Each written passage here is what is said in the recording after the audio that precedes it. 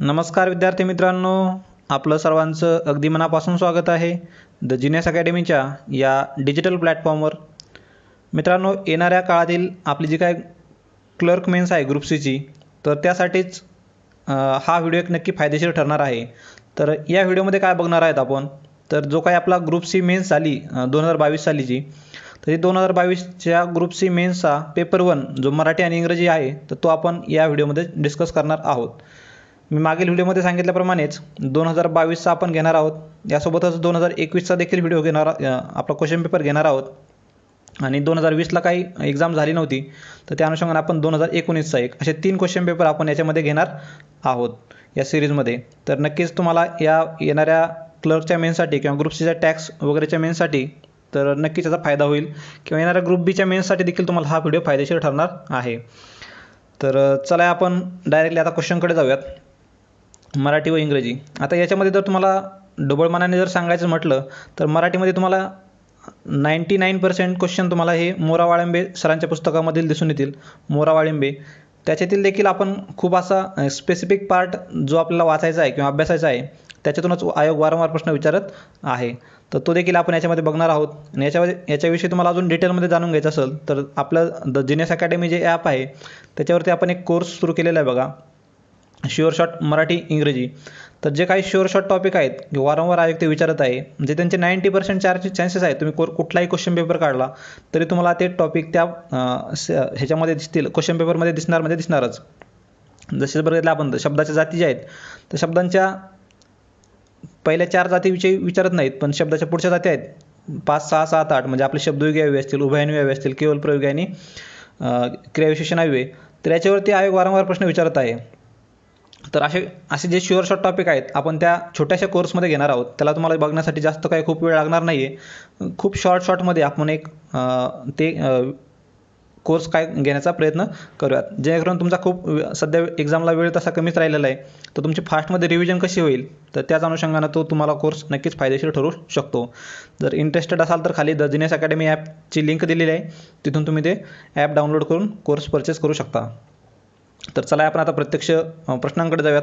तर पहिला प्रश्न बघूयात, मितव्ययी या शब्दाचा शब्दसमूह कोणता? मितव्ययी. आता असे शब्द आले तर प्रत्यक्ष काय करायचं, आपण त्याची फोड करायची लगेच. मित म्हणजे तर कमी असतो, आणि व्यय म्हणजे काय, खर्च करणारा. आता कमी खर्च करणारा म्हणजेच काय, तर मोजकेच खर्च करणारा. पर्याय क्रमांक बी मध्ये दिसून येईल आपल्याला. पर्याय क्रमांक बी बरोबर, म्हणजेच काय, तर फक्त बी अचूक आहे. आता इथं आयोग तुम्हाला काय अजून संधी देत आहे, जरी तुम्हाला याच्यातील अर्थ माहीत नसेल तरी आपल्याला माहिती आहे की मितव्ययी ह्या शब्दाचा कुठलाही एक अर्थ असू शकतो. आता कमी व्यस्त असलेला, मोजकेच खर्च करणारा, मोजकेच बोलणारा आणि मोजकेच काम करणारा, हे कुठलेच सिमिलर अर्थाचे किंवा समानार्थी वाटत नाहीत आपल्याला. तर इथं बघितलं ए बी अचूक आहेत, तर एकाच शब्दाचे 2 अर्थ कसे असू शकतात, तर हे चुकीचं आहे. आता बी डी तर बघितलं आपण, तेच क्रायटेरिया इथं फॉलो होतो.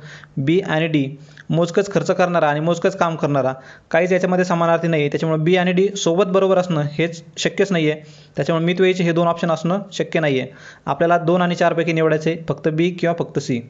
आता इथे तुमचं कन्फ्युजन होऊ शकतं, मितव्ययी म्हणजे काय, व्यय म्हणजे खर्च करणार, त्यानुसार बी बरोबर आहे. पण मोजकेच बोलणारा हा येणाऱ्या काळातील परीक्षेमध्ये तुम्हाला विचारला जाऊ शकतो. मोजकेच बोलणारा म्हणजेच काय, तर मितभाषी असतो तो, मितभाषी. भाषा म्हणजे बोलणे, त्यानुसार तुम्ही लक्षात ठेवू शकता. बोलणारा म्हणजे काय, तर मितभाषी. तर त्यानुसार आपला काय संबंधित पर्याय क्रमांक बी इथं अचूक आहे. आता नेक्स्ट काळात तुम्हाला जर विचारला तर मोजकेच बोलणारा म्हणजेच मितभाषी, हे लक्षात ठेवा. आता मितव्ययी हा तुम्हाला शुद्ध शब्द म्हणजे व्याकरणदृष्ट्या शुद्ध शब्द कसा लिहितात त्यानुसार देखील विचारला जाऊ शकतो. तर याची वेलांटी वगैरे बघून ठेवा. तर मितला मला पहिली वेलांटी आणि शेवटची याला दुसरी वेलांटी आहे. मितव्ययी म्हणजेच काय, तर मोजकेच खर्च करणारा. तर एकचा आहे पर्याय क्रमांक 2. पुढील प्रश्नाकडे जाऊयात. आता पुढे दिलेल्या शब्दातून पोर्तुगीज शब्द ओळखा. आता हा एक आयोगाचा फेवरेट क्वेश्चन आहे बघा. जसं शब्दाच्या जाती सांगितल्या मी, तर त्याचप्रमाणे आयोग ह्या जे काही परकीय भाषेतून शब्द आलेले आहेत मराठी भाषेत, त्या शब्दावर देखील आयोग वारंवार प्रश्न विचारत आहे. तर पोर्तुगीजबद्दल विचारले. आता पोर्तुगीज शब्द कसे लक्षात ठेवायचे याची देखील ट्रिक आहे, आणि त्या कोर्समध्ये एकदम मी डिटेल घेण्याचा थोडासा प्रयत्न केलेला आहे. आता पोर्तुगीज म्हणजेच काय, तर ज्या काय आपल्या घरातील वस्तू असतील, तंबाखू असतील, बिजागरे, पगार, टिकाव, जे काय आपले घरातील साहित्य असतं, तर ते साहित्य जर बघितलं तर त्यांची जी नावं आहेत ती पोर्तुगीज भाषेतील आहेत. तर याच्यामध्ये बघितलं आपण तर मजूर, मंजूर, मालक आणि सौदागर. तंबाखू, तर तंबाखू काय आपल्या जवळपासच्या वरती आपल्या आजोबा वगैरे कोणीतरी तंबाखू खात असतात, त्यानुसार आपण तंबाखू लक्षात ठेवू शकता. तर पोर्तुगीज शब्द म्हणजे कोणता, तर तंबाखू हा पोर्तुगीज शब्द आहे. आणि मंजूर आणि मालक हे काय तर आपले फारसी अरबी शब्द आहेत. हे अरबी शब्द आहेत मंजूर आणि मालक. आणि सौदागर जो आहे, तर सौदागरवर थोडासा डाऊट येऊ शकतो, पण मोरा वाळंबे सरांच्या दिलेल्यानुसार बघितलं तर हा फारसी शब्द आहे बघा, फारसी शब्द आहे सौदागर. पण संबंधित पोर्तुगीज शब्द बघितला तर तंबाखू आहे. मंजूर हा अरबी, मालक अरबी, सौदागर हा फारसी आणि तंबाखू हा पोर्तुगीज. एकदा तुम्हाला इथं शॉर्टमध्ये दिलेलं आहे बघा मोरा वाळंबे सरांच्या पुस्तकामध्ये. हे पुस्तक मित्रांनो मोर दॅन इनफ आहे, याच्या पलीकडे तुम्हाला काही करण्याची गरजच नाही आहे. क्वेश्चन याच्या बाहेर जातच नाही. तुम्ही ऑप्शन जरी बघितले तर सर्व ऑप्शन याच्यामध्येच फ्रेम होताना दिसून येतात. तर असेच आपण एक छोटे छोटे इमेजेस आपण साईडला घेऊन जे शुअर शॉट आहेत आयोग विचारतंय, तर त्याचाच एक आपण शॉर्टमध्ये हा कोर्स सुरू केलेला आहे, शुअर शॉट मराठी इंग्रजी. तर इंग्रजी शब्द आपल्याला लगेच कळून जातात, पण पोर्तुगीज जर बघितलं आपण, बटाटा, तंबाखू, पगार, बिजागरे, कोबी, हापूस, बघा सगळे घरातील वाटतात ते बघा. खण, बिजागरी, चावी, आरमार, मचवा, पिस्तूल, कोरडा, खमीस, पाटलोन, इस्त्री, पेरू, साबुदाणा, पाव, तरी काय सगळे घरातील शब्द आहेत. तर आत्ता विचारलेले बघा, हे मंजूर आहे, नंतर मालक आहे, तर हे कोणते आहेत, अरबी शब्द आहेत. आणि फारसी शब्द कोणता आहे, तर सौदागर. तर सौदागर हा फारसी शब्द आहे. त्यासोबतच फडणवीस एक देखील लक्षात ठेवू शकता, फारसी आहेत ते.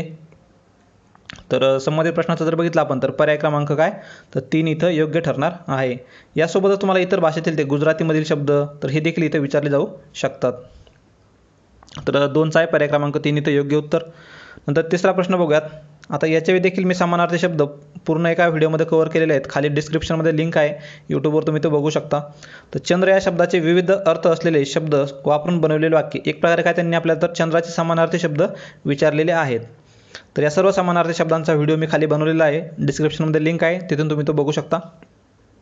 आता चंद्र म्हणजेच काय, तर शशी छान दिसते, शशी म्हणजेच काय, चंद्र आहे. सुधाकर देखील त्याचा समानार्थी शब्द आहे. तारापती देखील तारापती, तर त्याचा देखील तो चंद्राचा समानार्थी शब्द आहे. आणि रजनीनाथ म्हणजेच रात्रीचा नाथ, तर रात्रीचा मालक, ते देखील त्याचा समानार्थी शब्द आहे. तर हे सर्व समानार्थी शब्द आहेत चंद्राचे. तर त्यानुसार बघितलं आपण तर सर्व पर्याय बरोबर आहेत.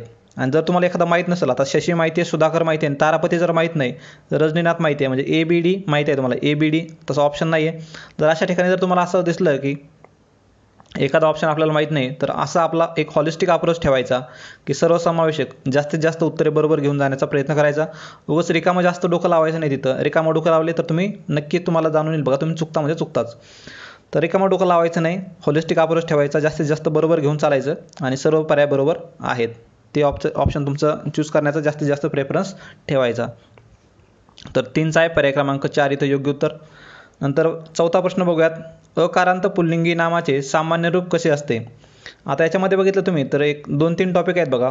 हे आता सामान्य रूप असेल किंवा यांचं काय अनेकवचन एकवचन असेल, यासोबतच काय त्यांचं हे ओळखायचं असेल, विभक्ती ओळखायची असेल, तर ह्याचं जे काही हे होतं बघा सामान्य रूप जे होतं, आता याच्यामध्ये आपल्याला हे खूप सोपं आहे तसं ओळखायला, पण एक्झाममध्ये काय होतं ॲक्च्युली आपल्याला हे आठवत नाहीत. अकारांत पुल्लिंगी नामाचं सामान्य रूप कसे होते, आपण नियम प्रत्येक पाठ करू शकत नाही. तर नियम पाठ करण्याऐवजी काय करायचं आपण मग, तर अकारांत पुल्लिंगी नाम कोणतं आहे ते एक लक्षात ठेवायचं.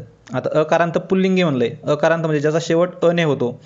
आता एक खांब बघितलं, तो खांब म्हणतो आपण, तो खांब, तो खांब. आता काय तो खांब म्हणजे काय, त्याचा अन शेवट झाला आहे, खांब, ब अधिक अ. आता अकारांताचं सामान्य रूप करायचं आहे.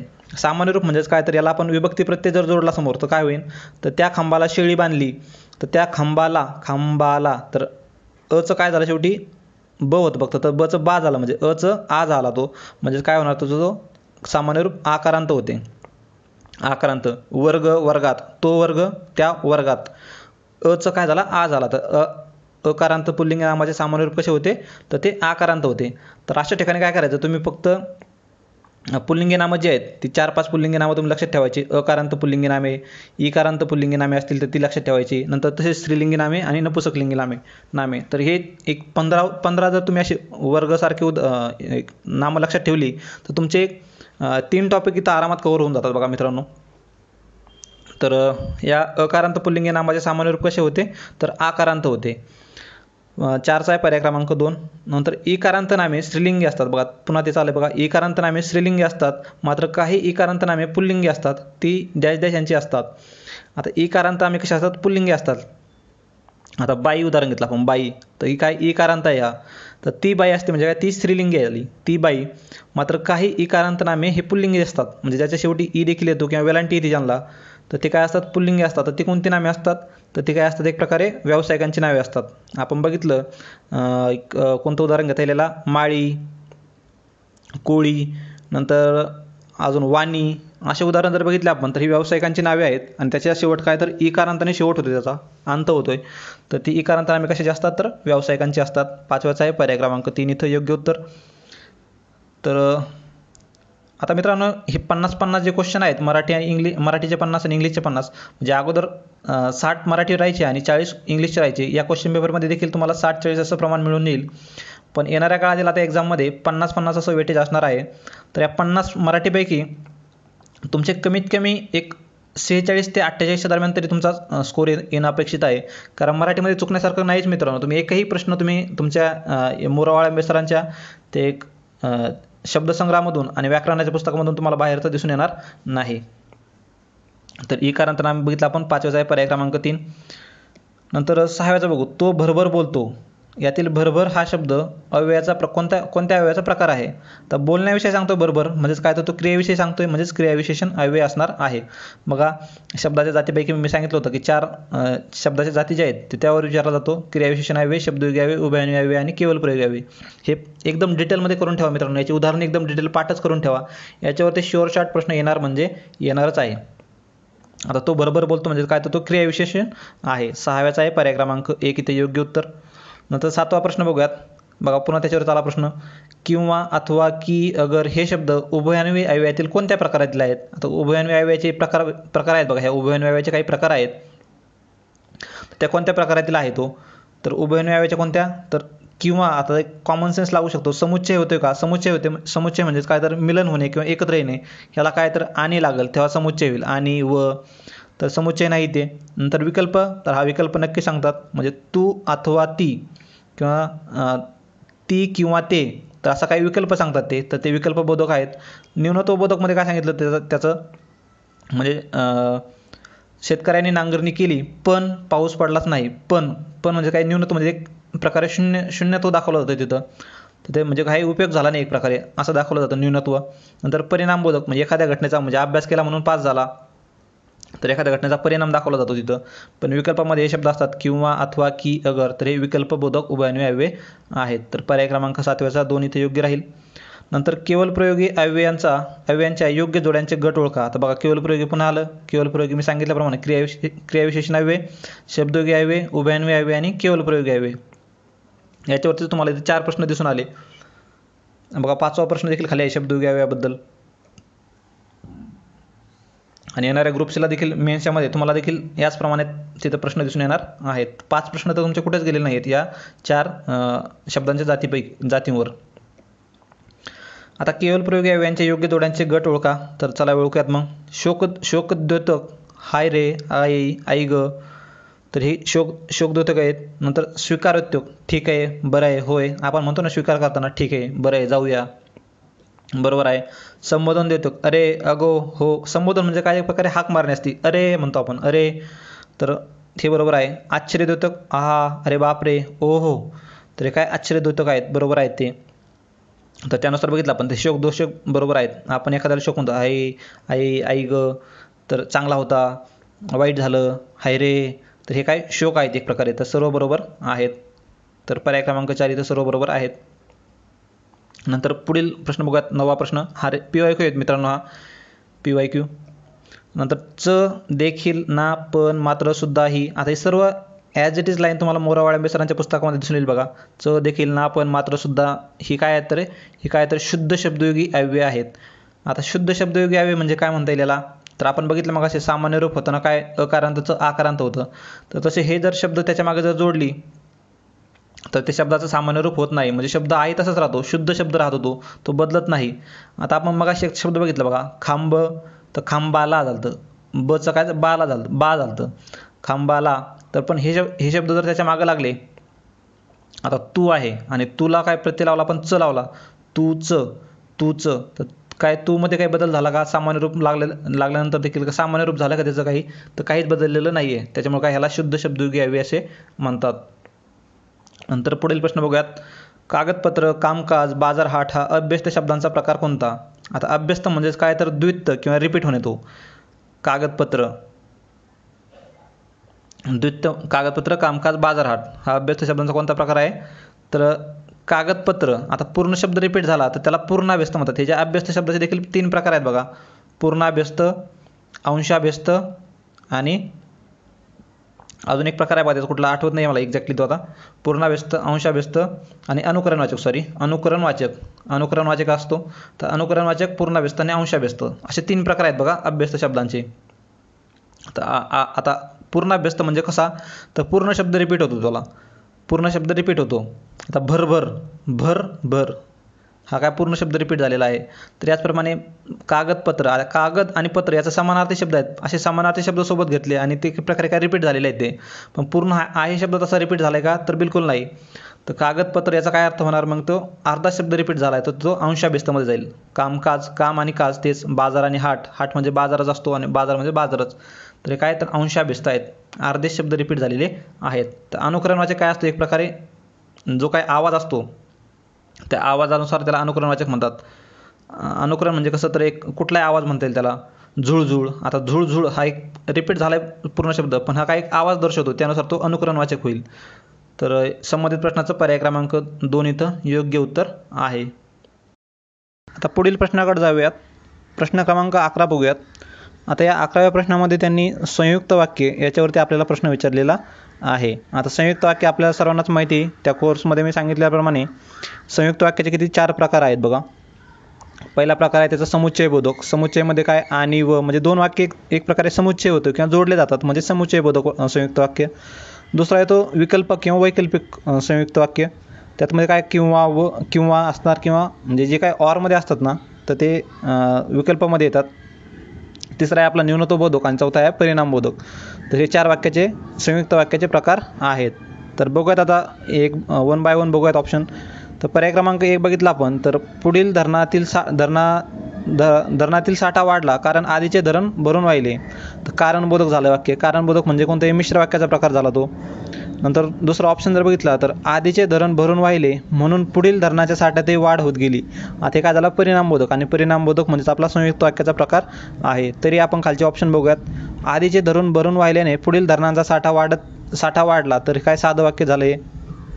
आणि चौथं वाक्य जर बघितलं आधीचे धरण भरून वाहिले तर पुढील धरणांचा साठा वाढला तर म्हणजे काहीतरी एक प्रकारे संकेतार्थ म्हणता येईल. संकेतार्थ देखील मिश्र वाक्याचाच प्रकार आहे. त्यानुसार जर बघितलं आपण तर पर्याय क्रमांक 2 इथं योग्य ठरणार आहे, कारण हे परिणामबोधक वाक्य आहे आणि हे संयुक्त वाक्याचा प्रकार आहे.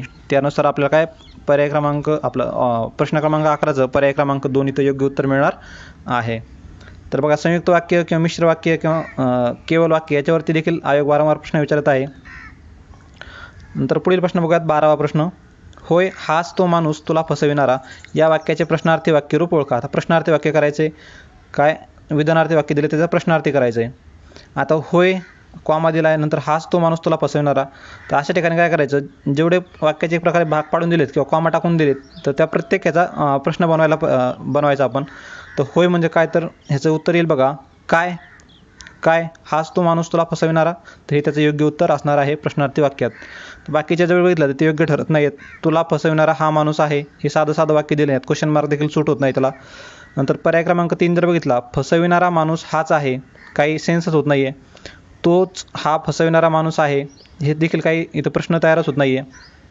आपल्याला प्रश्नार्थी वाक्य तयार करायचं आहे. त्यानुसार फक्त पर्याय क्रमांक 2 इथं योग्य ठरणार आहे. काय हाच तो माणूस मला फसविणारा, जसं आपण प्रश्न विचारतोय तर त्यानुसार पर्याय क्रमांक 2 इथं योग्य ठरणार आहे. तर 12व्याचा आहे पर्याय क्रमांक 2. 13वा प्रश्न बघूयात. आता इथं देखील तसंच आहे बघा. एक प्रश्नार्थी वाक्य दिले त्यांनी आणि वाक्याचे विधानार्थी वाक्य कोणते ओळखायला सांगितलं. विधानार्थी वाक्य म्हणजे कोणतं? साधं सरळ वाक्य. मी शाळेत जातो, राम झोपलेला आहे. तर असे सर्वात साधी सरळ वाक्य जे असतात तर ते विधानार्थी वाक्य असतात. सरळ एक विधान केलेलं असतं त्यामध्ये. आता जगात सर्वसुखी असा कोण आहे? तर जगात सर्वसुखी असा, ह्याचं जर विधानार्थी केलं तर जगात सर्वसुखी असा कोणीही नाही. तर पर्याय क्रमांक 4 इथं योग्य ठरणार आहे. आता हे बघितलं आपण त्या कोर्समध्ये देखील मी असे इमेज ॲड केलेले आहेत बघा. Marathi English sure short. तर त्या कोर्समध्ये आता आयोगाने बघितलं तुम्हाला तर जे काही आयोगाने एक्झाम्पल विचारले ते देखील ह्या मोरावाळ आंब्याच्या पुस्तकामधून विचारलेले आहेत. जसंच्या तसं उदाहरण दिले बघा त्यांनी इथं प्रश्नार्थी व विधानार्थी वाक्याचे परस्पर रूपांतर आणि प्रश्नार्थी वाक्य दिलेलं आहे. जगी सर्वसुखी असा कोण आहे तेच इथं दिलेलं आहे. आणि खाली विधानार्थी वाक्य दिलं आहे तर जगात सर्वसुखी असा कोणी नाही, तर जगात सर्वसुखी असा कोणी नाही. तर ॲज इट इज तिथले ऑप्शन देखील किंवा तिथले उदाहरणं देखील इथंच ॲज इट इज रिफ्लेक्ट होताना आपल्याला दिसून येतात. तर 13वेचा आहे पर्याय क्रमांक 4 इथे योग्य उत्तर. नंतर 14वा प्रश्न बघूयात. श्रोत्यांनी सभागृहात शांतता राखावी. आता ह्याचा एक शॉर्ट ट्रिक आहे बघा. विद्यार्थी वाक्य म्हटलं, विद्यार्थी वाक्य आता वाक्याचे वेगवेगळे प्रकार आहेत ते आपण त्या कोर्समध्ये घेतलेलेच आहेत. तर विद्यार्थी वाक्याच्या प्रकारापैकीच एक विद्यार्थी वाक्याचा प्रकार आहे. तर विद्यार्थीमध्ये काय असतं शेवटी वाक्याच्या, तर बाकीचं जरी आपल्याला तिथं काय आपल्याला लवकर लक्षात नाही आलं तर वा वी वे हे 3 शब्द शेवटी बघायचे. वा वी आणि वे हे 3 जर कुठल्याही वाक्याच्या शेवटी जर असतील आणि तिथं विचारलं असेल आपल्याला वाक्याचा प्रकार ओळखा अर्थानुसार, तर विद्यार्थी वाक्य असेल तर तेच उत्तर तिथं बरोबर असतं. तर इथं बघितलं आपण होकारार्थी आज्ञार्थी, आज्ञार्थ काहीच नाही इथं आज्ञा करायला. होकारार्थी विद्यार्थ, नंतर हे कोणतं आहे नकारार्थी आज्ञार्थ हे देखील नाही, नकारार्थी विद्यार्थ. तर विद्यार्थ्यापैकी निवडायचं आहे आपल्याला. तर विद्यार्थ्यामध्ये नकार काय दिसतोय याच्यामध्ये, तर नकार बिलकुल नाही. त्याच्यामुळे काय तर पर्याय क्रमांक 3 इथे योग्य ठरेल. होकारार्थी विद्यार्थी वाक्य. वा वी वे म्हणलं की काय तर विद्यार्थी, आणि होकारार्थी म्हणजे नकार नाही म्हणून ते काय होकारार्थी असणार आहे. तर 14वेचा आहे पर्याय क्रमांक 3. पुढील प्रश्नाकडे जाऊयात. 15वा प्रश्न बघूयात. अमिता हे काम चांगले करील. अमिता हे काम चांगले करील. आता हे देखील शुअर शॉर्ट प्रश्न आहे बघा. रीती भूतकाळ किंवा साधे कुठले काळ असतील तर त्याच्यावर देखील आयोग हे वारंवार प्रश्न विचारत आहे. आता याचं काय करायचं आपल्याला, याचे रीती भूतकाळ वापरून कसे रूपांतर होईल. अमिता चांगले काम करील, तर अमिता चांगले काम करीत असे किंवा करी हे दोन्ही इथे येऊ शकतात. तर चांगले काम करी इथे बरोबर असणार आहे. अमिताने हे काम चांगले केले तरी भूतकाळ झाला, साधा भूतकाळ. अमिताने हे काम चांगले केले होते तर हे पूर्ण भूतकाळ झाला, चांगले केले होते. नंतर अमिता हे काम चांगले करी, आता हे करी बरोबर येईल किंवा करीत असे जरी असेल तर तरी देखील ते बरोबर असणार आहे. तर दोन्हीपैकी कुठलंही बरोबर असू शकतं इथं. आणि त्यानुसार इथं जर बघितलं आपण संबंधित ऑप्शनमध्ये तर पर्याय क्रमांक 3 इथे योग्य ठरणार आहे. आता काही उतारा दिलेला आहे बघा इथं. उतारा साधा सरळ उतारा आहे बघा इथं. आणि तुम्हाला जे काही प्रश्न विचारलेत त्यांनी इथे तुम्हाला ते हायलाईट करून दिलेले आहेत. लगेच वाचून देखील तुम्हाला लगेच ते कळून जाईल. तर साधा सहज थोडा इमोशनल उतारा आहे बघा. तर संपूर्ण बघूयात आपण उतारा वाचल्यानंतर तुम्हाला काय उत्तर येतील ते. तर संपूर्ण कुटुंबाला कोणत्या दुहेरी काळजीने घेरले होते. आता आपण प्रत्यक्ष उतारा वाचून दाखवणार नाही मित्रांनो इथं. पण उतारा कसा सोडवायचा, तर अगोदर उतारा वाचायचा नाही इथं मित्रांनो. कारण इथं बराचसा कंटेंट असा असतो की जिथं आपल्याला तो बिना कामाचा डेटा आपण लक्षात ठेवू शकतो जर आपण प्रश्न वाचायच्या अगोदरच उतारा वाचला तर. पण अगोदर प्रश्न वाचल्यामुळे काय होतं, आपल्याला थोडा अंदाज येतो की आपल्या वाचताना कुठल्या गोष्टीवर फोकस असला पाहिजे. आता उतार्यावरती 5 प्रश्न आहेत, तर उतारा वाचायला अगोदर काय करायचं, वाचण्या अगोदर तर प्रश्न वाचायला घ्यायचे आणि त्यातील काही कीवर्ड हायलाईट करायचे बघा. संपूर्ण कुटुंबाला कोणत्या दुहेरी काळजीने घेरले होते. ह्यात कीवर्ड कोणता आहे आता, दुहेरी काळजी. तर उतार्यामध्ये कुठेही दुहेरी काळजी आली तर लगेच तिथं क्लिक करायचं. आणि दुहेरी काळजी म्हटलं तर संपूर्ण दुहेरी काळजी लगेच ह्याला गोल करून ठेवायची तिथं आपल्या क्वेश्चन पेपरमध्ये.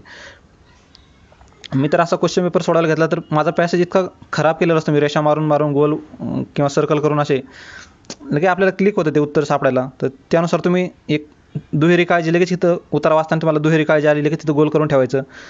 दुसरा प्रश्न बघितला, आजोबांना अपराधी वाटण्याचं कारण. तर आजोबांना अपराधी पंजोबा जिना गमावलं, पंजोबांना हे इथं झाला विलक्षण अपराधी वाटून गेलं. तर विलक्षण अपराधी वाटून गेलं लगेच इथं आपलं सर्कल आला पाहिजे. तर असे कीवर्ड हायलाईट करत चला. याचे उत्तर तुम्हाला ॲज इट इज पॅसेजमध्ये दिलेले आहेत, त्यानुसार कळून जाईल. दुहेरी काळजीनं कोणत्या घेरलं होतं, तर आपण बघितलं तर अपुऱ्या दिवसाचं नवजात बालक अतिदक्षता विभागात ठेवलेलं होतं आणि पंजोबांच्या मेंदूत रक्तस्राव झाला होता. म्हणजे मुलाचं देखील आयुष्य धोक्यात होतं आणि आजोबांचं आयुष्य देखील धोक्यात होतं. आणि या दुहेरी काळजीने त्या कुटुंबाला काय एक प्रकारे घेरलेलं होतं. तर 16वेचा आहे पर्याय क्रमांक 2. आजोबांना अपराधी कसं वाटण्याचं कारण काय होतं, कारण ते मूल गमावलं होतं. म्हणजे मुलाचा मृत्यू झाला होता आणि आजोबा वाचले होते. नंतर त्या सुनेच्या आईनं काय थोडंसं त्यांना म्हणजे एक प्रकारे वाटत होतं की ज्यांचं भरलं त्याला घेऊन गेला नाही देव. तर त्या प्रकारचं एक वाक्य दिलेलं आहे. तर त्यानुसार बघितलं आपण तर पर्याय क्रमांक इथे त्याचा 1 बरोबर राहील. सुनेच्या आईच्या नजरेतील नकारात्मकता म्हणजेच फक्त बरोबर. 17वेचा मिळेल पर्याय क्रमांक 3. नंतर 18वेचं जर बघितलं, पंजोबांच्या मृत्यूचे कारण काय होते. तर समाधानी जीवन असू शकतं का मृत्यूचं कारण? तर बिलकुल नाही. हे कॉमन सेन्स देखील लागू शकतो इथं. त्यानुसार इलिमिनेट. नंतर बालकाच्या मृत्यूचे कारण, नंतर अपराधीपणा, सुनेच्या आईच्या दुःखाने धोरण केलेली विकारी आणि विखारी स्वरूप. आता बालकाच्या मृत्यूचे दुःख हे नव्हतं त्यांना, पण जे काही त्याच्यानंतर त्यांना भोगावं लागलं तर त्याच्यामुळे त्यांना अतिशय वाईट वाटलं होतं. तर 18 त्यानुसार पर्याय क्रमांक 3 इथे योग्य ठरेल. अपराधीपणा आणि सुनेच्या आईच्या दुःखाचे धारण केलेले विकारी आणि विखारी स्वरूप. 18 आहे 3. नंतर दिवस भरणे म्हणजेच काय? या वाक्प्रचाराचा पॅसेज वाचल्यानंतर तुम्हाला हे कळून जाईल लगेच. दिवस भरणे म्हणजेच काय? तर गर्भार बाईला 9 महिने पूर्ण होणे आणि एखाद्या माणसाने भयंकर अपराध केले. तर एखाद्या माणसाने भयंकर अपराध केले तर आपण म्हणतो त्याला तुझे का दिवस भरलेत का? तर दिवस भरणे काय? तर भरणे म्हणजेच काय? तर मृत्यू जवळ येणे. म्हणजे ब आणि ड बरोबर पर्याय क्रमांक 1 इथे योग्य ठरेल. 19 आहे हे पर्याय क्रमांक 1. नंतर 20वा प्रश्न बघितलं, ज्यांचं समद सरलं त्याला का नेलं नाही देवानं, असं कोणी म्हटलेलं आहे? तर ते पॅसेजमध्ये वाचलं तर ते आपल्याला कळलं की सुनेच्या आईने म्हटलेलं होतं. तर 20 आहे पर्याय क्रमांक 2 इथं योग्य उत्तर. तर 20 आहे 2. नंतर 21वा प्रश्न बघूयात, श्रीमुखात देणे या शब्दाचा ध्वन्यार्थ कोणता? आता हा वाचला असेल तर तुम्ही उत्तमच आहे, नसेल वाचलं तरी हा कसा सॉल्व करायचा बघा. आता ध्वनी अर्थ विचारला आहे तर 2 ऑप्शन आपले असे इलिमिनेट होतात कॉमन सेन्सनुसार. ए आणि डी अभिधा. आता अभिधा लक्षणा आणि निरूढा लक्षणा सोबत तर असू शकणार नाहीत. ए आणि डी एकच वाक्य 2 याच्यात असू शकत नाही ध्वनी अर्थामध्ये, म्हणजे शब्दशक्तीमध्ये. तर हे काय? तर एक गेला आणि बी आणि सीमध्ये तेच क्रायटेरिया लागतो बघा. लक्षणा आणि व्यंजना. आता लक्षणा असू शकतो आणि व्यंजना असू शकतो असं शक्यच नाही आहे. त्यानुसार 4 देखील एलिमिनेट होईल. आता आपल्याला बी बरोबर किंवा डी बरोबर या 2 पैकी निवडायचे. बी आणि डी पैकी निवडायचे. आता लक्षण असा कुठला प्रकार नाही वाटत आहे. तर निरूढा लक्षणा हा थोडासा योग्य पर्याय वाटत आहे. निरूढा लक्षणा. आपल्याला त्यांनी काय? तर ध्वन्यार्थ विचारला आहे. ध्वन्यार्थ. तर ध्वन्यार्थ कोणता? तर लक्षण हा ध्वन्यार्थ आहे त्याची, आणि लक्षण हे काय? तर त्याची शब्द शक्ती आहे ती. म्हणजे संबंधित प्रश्नाचा जर बघितला आपण श्रीमुखात देणे तर हा निरूढा लक्षण आहे, याच्यामध्ये योग्य बसतो. तर 21 आहे पर्याय क्रमांक 3 इथं योग्य उत्तर, फक्त डी बरोबर. तर 21 आहे पर्याय क्रमांक 3. पुढील प्रश्नाकडे जाऊयात. 22वा प्रश्न, मराठी भाषेत क्ष व ज्ञ ही डॅश डॅश आहेत. आता याच्यावरती खूप वाद झालेला आहे. वाद म्हणजे आयोगाने त्याचं कधी कधी उत्तर जोडाक्षरे आहेत, दुसऱ्या वर्षी दिले जोडाक्षरे नाहीत. पण जोडाक्षरे आहेत किंवा नाही त्याच्यावरच प्रश्न येतो. पण इथं जर बघितलं आपण तसं आपल्याला ते आहे किंवा नाही विचारलेलं नाही आहे, फक्त काय आहेत क्ष व ज्ञ, तर ती जोडाक्षरे आहेत. महाप्राण नाहीत, कठोर नाहीत आणि मृदू व्यंजने देखील नाहीत. याला विशेष संयुक्त व्यंजने देखील आपण म्हणू शकतो. तर 22 आहे पर्याय क्रमांक 2 जोडाक्षरे आहेत. आता याच्यानंतर आयोगाने विचारला असा प्रश्न येऊ शकतो, मराठी भाषेतील क्ष व ज्ञ ही जोडाक्षरे आहेत नाहीत, किंवा अर्धसत्य आहे पूर्ण सत्य आहे असं विचारलं जाऊ शकतं. तर त्या ठिकाणी आपल्याला काय? तर जोडाक्षरे आहेत असंच लिहायचं आहे. तर 22 आहे पर्याय क्रमांक 2 इथं योग्य उत्तर. नंतर 23वा प्रश्न बघूयात. व्याकरणिकदृष्ट्या बरोबर असलेला शब्द ओळखा. व्याकरणिकदृष्ट्या बरोबर शब्द ओळखायचा आहे आता. तर औपचारिकला पहिली वेलांटी असावी बहुतेक इथं, औपचारिक. त्याच्यामुळे हा चुकीचा आहे. तर ए चुकीचा आहे, त्याच्यामुळेच औपचारिकला रला पहिली वेलांटी आहे तिथं. तीर्थस्वरूप बरोबर आहे. तीर्थस्वरूप. तीर्थ तला दुसरी वेलांटी थ, स्वरूप रला दुसरा उकार. दीपकला देखील आपण दुसरी वेलांटी असती. आपण लिहिताना बऱ्यापैकी लोकांचं नाव आहे दीपक, तर ते काय? तर पहिली वेलांटी लिहितात. तर दीपक मी देखील पहिलीच वेलांटी लिहितो, पण ॲक्च्युली ते नाव दुसरी वेलांटी आहे त्याचं, दीपक. आणि मनस्थिती कसं आहे? तर मन नंतर इथं काय? तर विसर्ग आहे. मन अधिक स्थिती असं आहे ते, मनस्थिती. त्यानुसार हे देखील चुकीचं आहे. दीपक असं लिहिणं चुकीचंच आहे. तीर्थस्वरूप बरोबर आहे. औपचारिकला पहिली वेलांटी पाहिजे रला. तर 23 मिळेल आपल्याला पर्याय क्रमांक 2. तर 24वा प्रश्न बघूयात. वयोमान या शब्दाच्या संधीमध्ये एकत्र येणारे स्वर, विसर्ग व संधी ओळखा. स्वर, विसर्ग व संधी ओळखा.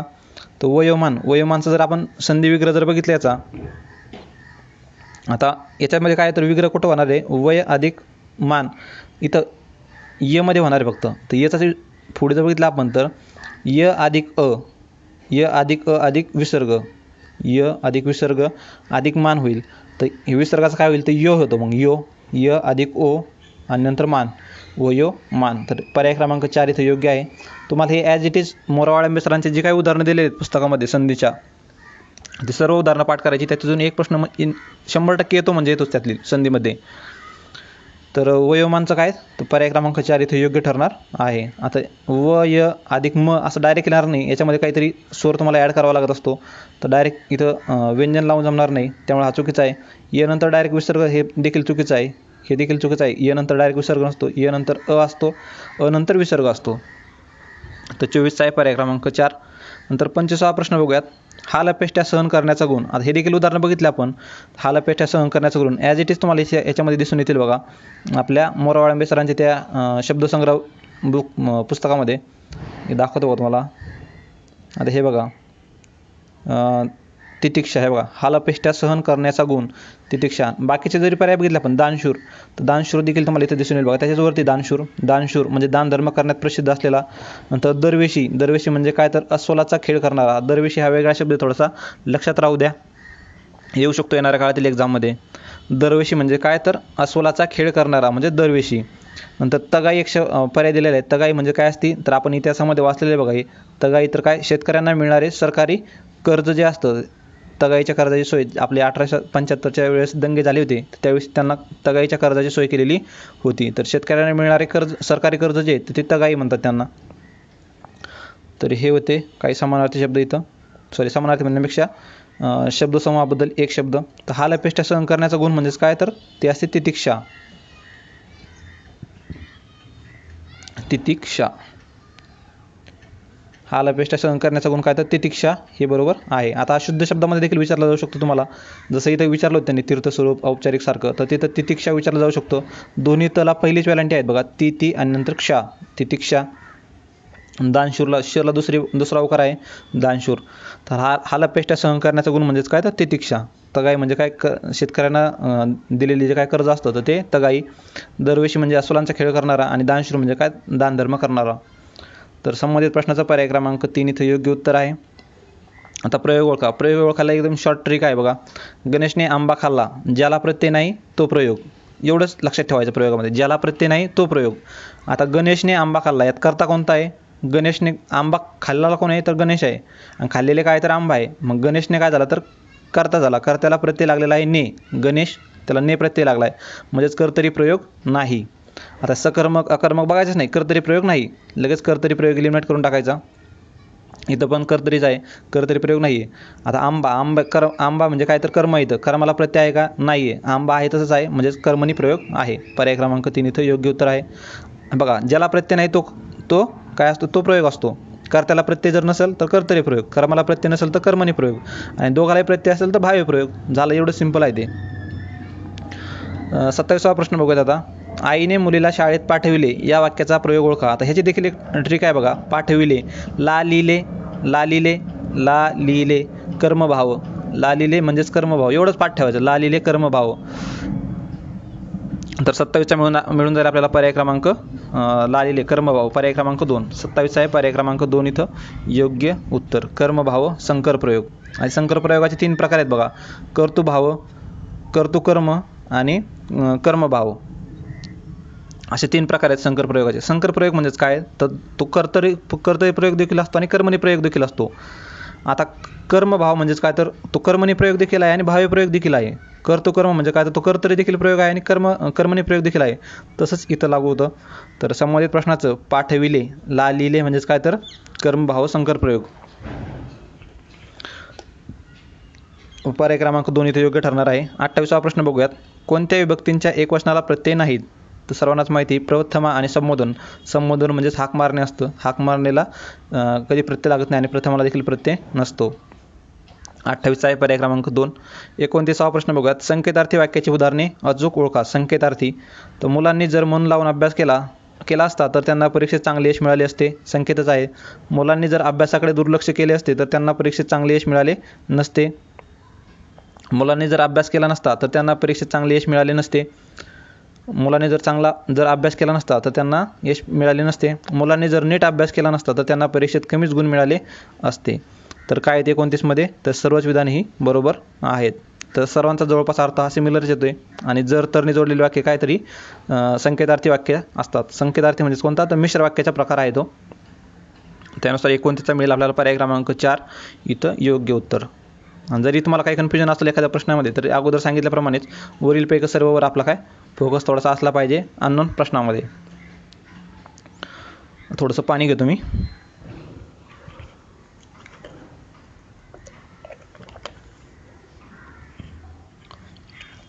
संकेतार्थी वाक्य बघितली.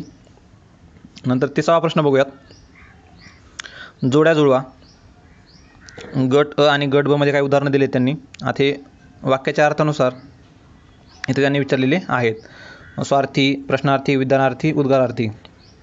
स्वार्थीमध्ये काय साधा दुसरं काहीच नसतं त्याच्यात, साधा एक सरळ वाक्य असतं. मुले शाळेत गेली, स्वार्थी वाक्य आहे. असं काही विशेष त्याच्यामध्ये काही अर्थ दडलेला नसतो किंवा वेगळा काही अर्थ दडलेला नसतो. तर स्वार्थी म्हणजे काय साधं सरळ वाक्य असतं. प्रश्नार्थीमध्ये काय तर सचिन म्हणजे त्याच्यामध्ये काय प्रश्न विचारलेला असतो, तर प्रश्न विचारायला असतो. याच्यामध्ये जर बघितलं आपण तर मुले शाळेत गेली तर स्वार्थी वाक्य आहे. प्रश्नार्थी जर बघितलं तर पाऊस तर पडला नाही ना, पाऊस तर पडला नाही ना क्वेश्चन मार्क दिला, प्रश्नार्थी वाक्य. असाठी ड लावा. विधानार्थी म्हणजे सचिन उत्तम फलंदाज आहे, एक विधान केले साधं सरळ. आणि किती छान आहे हे फूल, उद्गारार्थी आहे ते. तर यानुसार जर बघितलं आपल्याला तर 30चा मिळेल आपल्याला पर्याय क्रमांक 2. पुढील प्रश्नाकडे जाऊयात. विदूर या शब्दाचा अर्थ. आता हे याच्यामध्ये थोडंसं जम्बलिंग झालं होतं बघा. तर विदूर म्हणजेच काय, तर ज्याला ज्ञान आहे किंवा माहिती आहे त्याला जास्तीचे. आणि विधूर वेगळा आहे बघा. विधूर ज्याची पत्नी मृत्यू पावलेली आहे त्याला, तो विधूर. आणि विदूर वेगळा आणि विधूर वेगळा. द आणि ध असा फरक आहे बघा त्याचा. तर विदूर म्हणजे काय, तर इथं त्यांनी ऑप्शन देखील दिलेलं बघा. पत्नीचे निधन झालेलं. तिथं बऱ्याच जणांचं इथं काय एक सिली मिस्टेक झालेली आहे बघा. पत्नीचे निधन झालेलं तो विधूर असतो आणि जो माहितीगार असतो, अनुभवी असतो, त्याला काय म्हणतात, विदूर म्हणतात. द म्हणजेच विदूर, माहितीगार किंवा अनुभवी. तर माहितीगार अनुभवी बी सी बरोबर पाहिजे त्याचं. पर्याय क्रमांक 4. 31 आहे पर्याय क्रमांक 4. सिंह या शब्दाला समानार्थी नसलेला शब्द अचूक ओळखून त्याचा योग्य तो पर्याय निवडा. आता तुम्ही लक्षात ठेवलं द विदूर म्हणजे काय, माहितीगार किंवा अनुभवी. पण अजून थोडे दिवस गेले, रिव्हिजन झाले नाही तर कन्फ्युजन होऊ शकतं. त्यासाठी काय करायचं, काहीतरी ट्रिक लक्षात ठेवायची, काहीतरी वेगळं आपलं लॉजिक लावण्याचा प्रयत्न करायचा. द म्हणजेच काय, तर द म्हणजेच काय, तर विदूर. आणि ध आपल्याला द म्हणजेच काय ते लक्षात ठेवायचं आणि ध म्हणजे काय ते लक्षात ठेवायचं. द आलं विदूरमध्ये, द आलं की काय, थोडंसं माहितीगार किंवा अनुभवी, हुशार. दीपक लक्षात ठेवू शकता. तर माहितीगार, अनुभवी. आणि ध म्हणजे काय, तर निधन. निधन ध पाहिजे याच्यामध्ये, विधूर, निधन. तर 31 आहे पर्याय क्रमांक 4 इथे योग्य उत्तर. असे काहीतरी वेगळं एक टेक्निक डेव्हलप करत चला. नाहीतर वारंवार एक्झाममध्ये गेल्यानंतर आपल्याला असं होतं की अरे हे तर वाचलेलं आहे मी, पण 2मध्ये कन्फ्युजन होतं. तर त्याच्यामुळेच होतं की रिव्हिजन होत नाही आपली, की आपण अशा काहीतरी टेक्निक डेव्हलप करत नाही लक्षात ठेवण्यासाठी. तर त्यावेळी आपलं 2मध्ये असं कन्फ्युजन होत असतं. नंतर पुढील प्रश्न बघूयात. हा रिपीट झालेला प्रश्न आहे बघा. सिंह या शब्दाला समानार्थी नसलेला शब्द अचूक ओळखून त्याचा योग्य पर्याय लिहा. तर पंचानन म्हणजे सिंह असतो, मृगराज सिंह असतो, केसरी सिंह असतो. पण शाखामृग म्हणजे हा आपला माकड असतो. माकड, मरकट किंवा त्याला काय कप्पी देखील म्हणतात किंवा वानर देखील म्हणतात, त्याला शाखामृग. तर हा 4था पर्याय वेगळा आहे. आता हे ऑलरेडी विचारलेले आहेत. असाच समानार्थी शब्दांचा व्हिडिओ मी ऑलरेडी यूट्यूबवर अपलोड केलेला आहे बघा. खाली डिस्क्रिप्शनमध्ये लिंक आहे. ज्या आयोगाने वारंवार आजपर्यंत विचारलेले आहेत किंवा ज्या याच्यानंतर देखील विचारले जाणार आहेत, तर ते सर्वच समानार्थी शब्द मी एक अर्ध्या तासाच्या व्हिडिओमध्ये जवळपास कव्हर केलेली आहेत. तर 33वा प्रश्न बघूयात. प्रश्न विचारणे हे प्रश्नार्थक सर्वनामाचे प्रमुख लक्षण आहे. पण जेथे प्रश्नार्थक सर्वनाम असेल तेथे प्रश्नार्थक वाक्य रचना असेलच असे नाही. बरोबर आहे. जिथं अनिश्चित सर्वनाम जे येतात तिथं प्रश्नार्थक जे शब्द आहेत त्यांचा वापर केलेला असतो, पण तिथं प्रश्न विचारलेला नसतो. तर बिलकुल समजले नसणार आहे तुम्हाला. तर एक उदाहरण देऊन सांगतो. आपल्याला काय त्याचं आपण काय हा शब्द वापरला त्याचा, म्हणजे आपल्याला काय त्याचं म्हणजे काय, तर मला काय फरक पडतो त्याचा. तर आपण इथं काय हा शब्द वापरला आहे, पण आपण दुसरा एखाद्या प्रश्नार्थी वाक्यात जर बघितलं काय आहे तिथे, तर हा काय आहे तिथे इथं प्रश्न तयार झाला, पण आपल्याला काय त्याचं याच्यात काय प्रश्न तयार झालेला नाही. तर हे अनिश्चित सर्वनाम आहे जिथं प्रश्न तयार होत नाही ते, त्याच्यामुळे पूर्ण वाक्य बरोबर आहे. तर याचा विधानाचा पूर्वार्ध बरोबर आहे चूक, या विधानाचा उत्तरार्ध बरोबर आहे चूक, हे संपूर्ण विधान बरोबर आहे. तर 30 आहे पर्याय क्रमांक 3 इथं. 33 आहे पर्याय क्रमांक 3 इथे योग्य उत्तर. 34वा प्रश्न बघूयात. पुढे दिलेल्या समानार्थी शब्दांच्या पर्यायातून समानार्थी नसलेल्या शब्दांचा अचूक पर्याय ओळखा.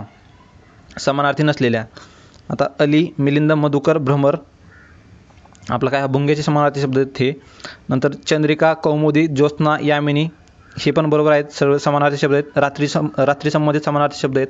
भार्या, कांता, जाया आणि दारा स्त्रियांचे शब्द असतील. एकदा कन्फर्म करून घ्या हे. भार्या, कांता, जाया आणि नारा. आणि नरेंद्र, भूपेंद्र, पृथ्वीपती, नरेश, सॉरी हे चंद्रिका, कौमुदी, ज्योत्स्ना आणि यामिनी. याच्यामध्ये ज्योत्स्ना आणि यामिनी याच्यामध्ये काहीतरी हे बघा, चंद्रिका, कौमुदी, ज्योत्स्ना आणि यामिनी हे समानार्थी शब्द नाही आहेत. एकदा बघून घ्या याला. पण कारण नरेंद्र, भूपेंद्र, पृथ्वीपती आणि नरेश हे सर्व समानार्थी आहेत एकमेकांचे. भार्या, कांता, जया आणि दारा हे देखील समानार्थी आहेत. त्याच्यामुळे हेच इथं चुकीचं असणार आहे. त्यांनी नसलेला विचारलं आहे, नसलेला समानार्थी नसलेला. त्यानुसार जर बघितलं आपण तर पर्याय क्रमांक 2 इथं आपल्याला मिळणार आहे. चंद्रिका, कौमुदी, ज्योत्स्ना आणि यामिनी हे समानार्थी शब्द नाही आहेत. नंतर 35वा प्रश्न बघूयात.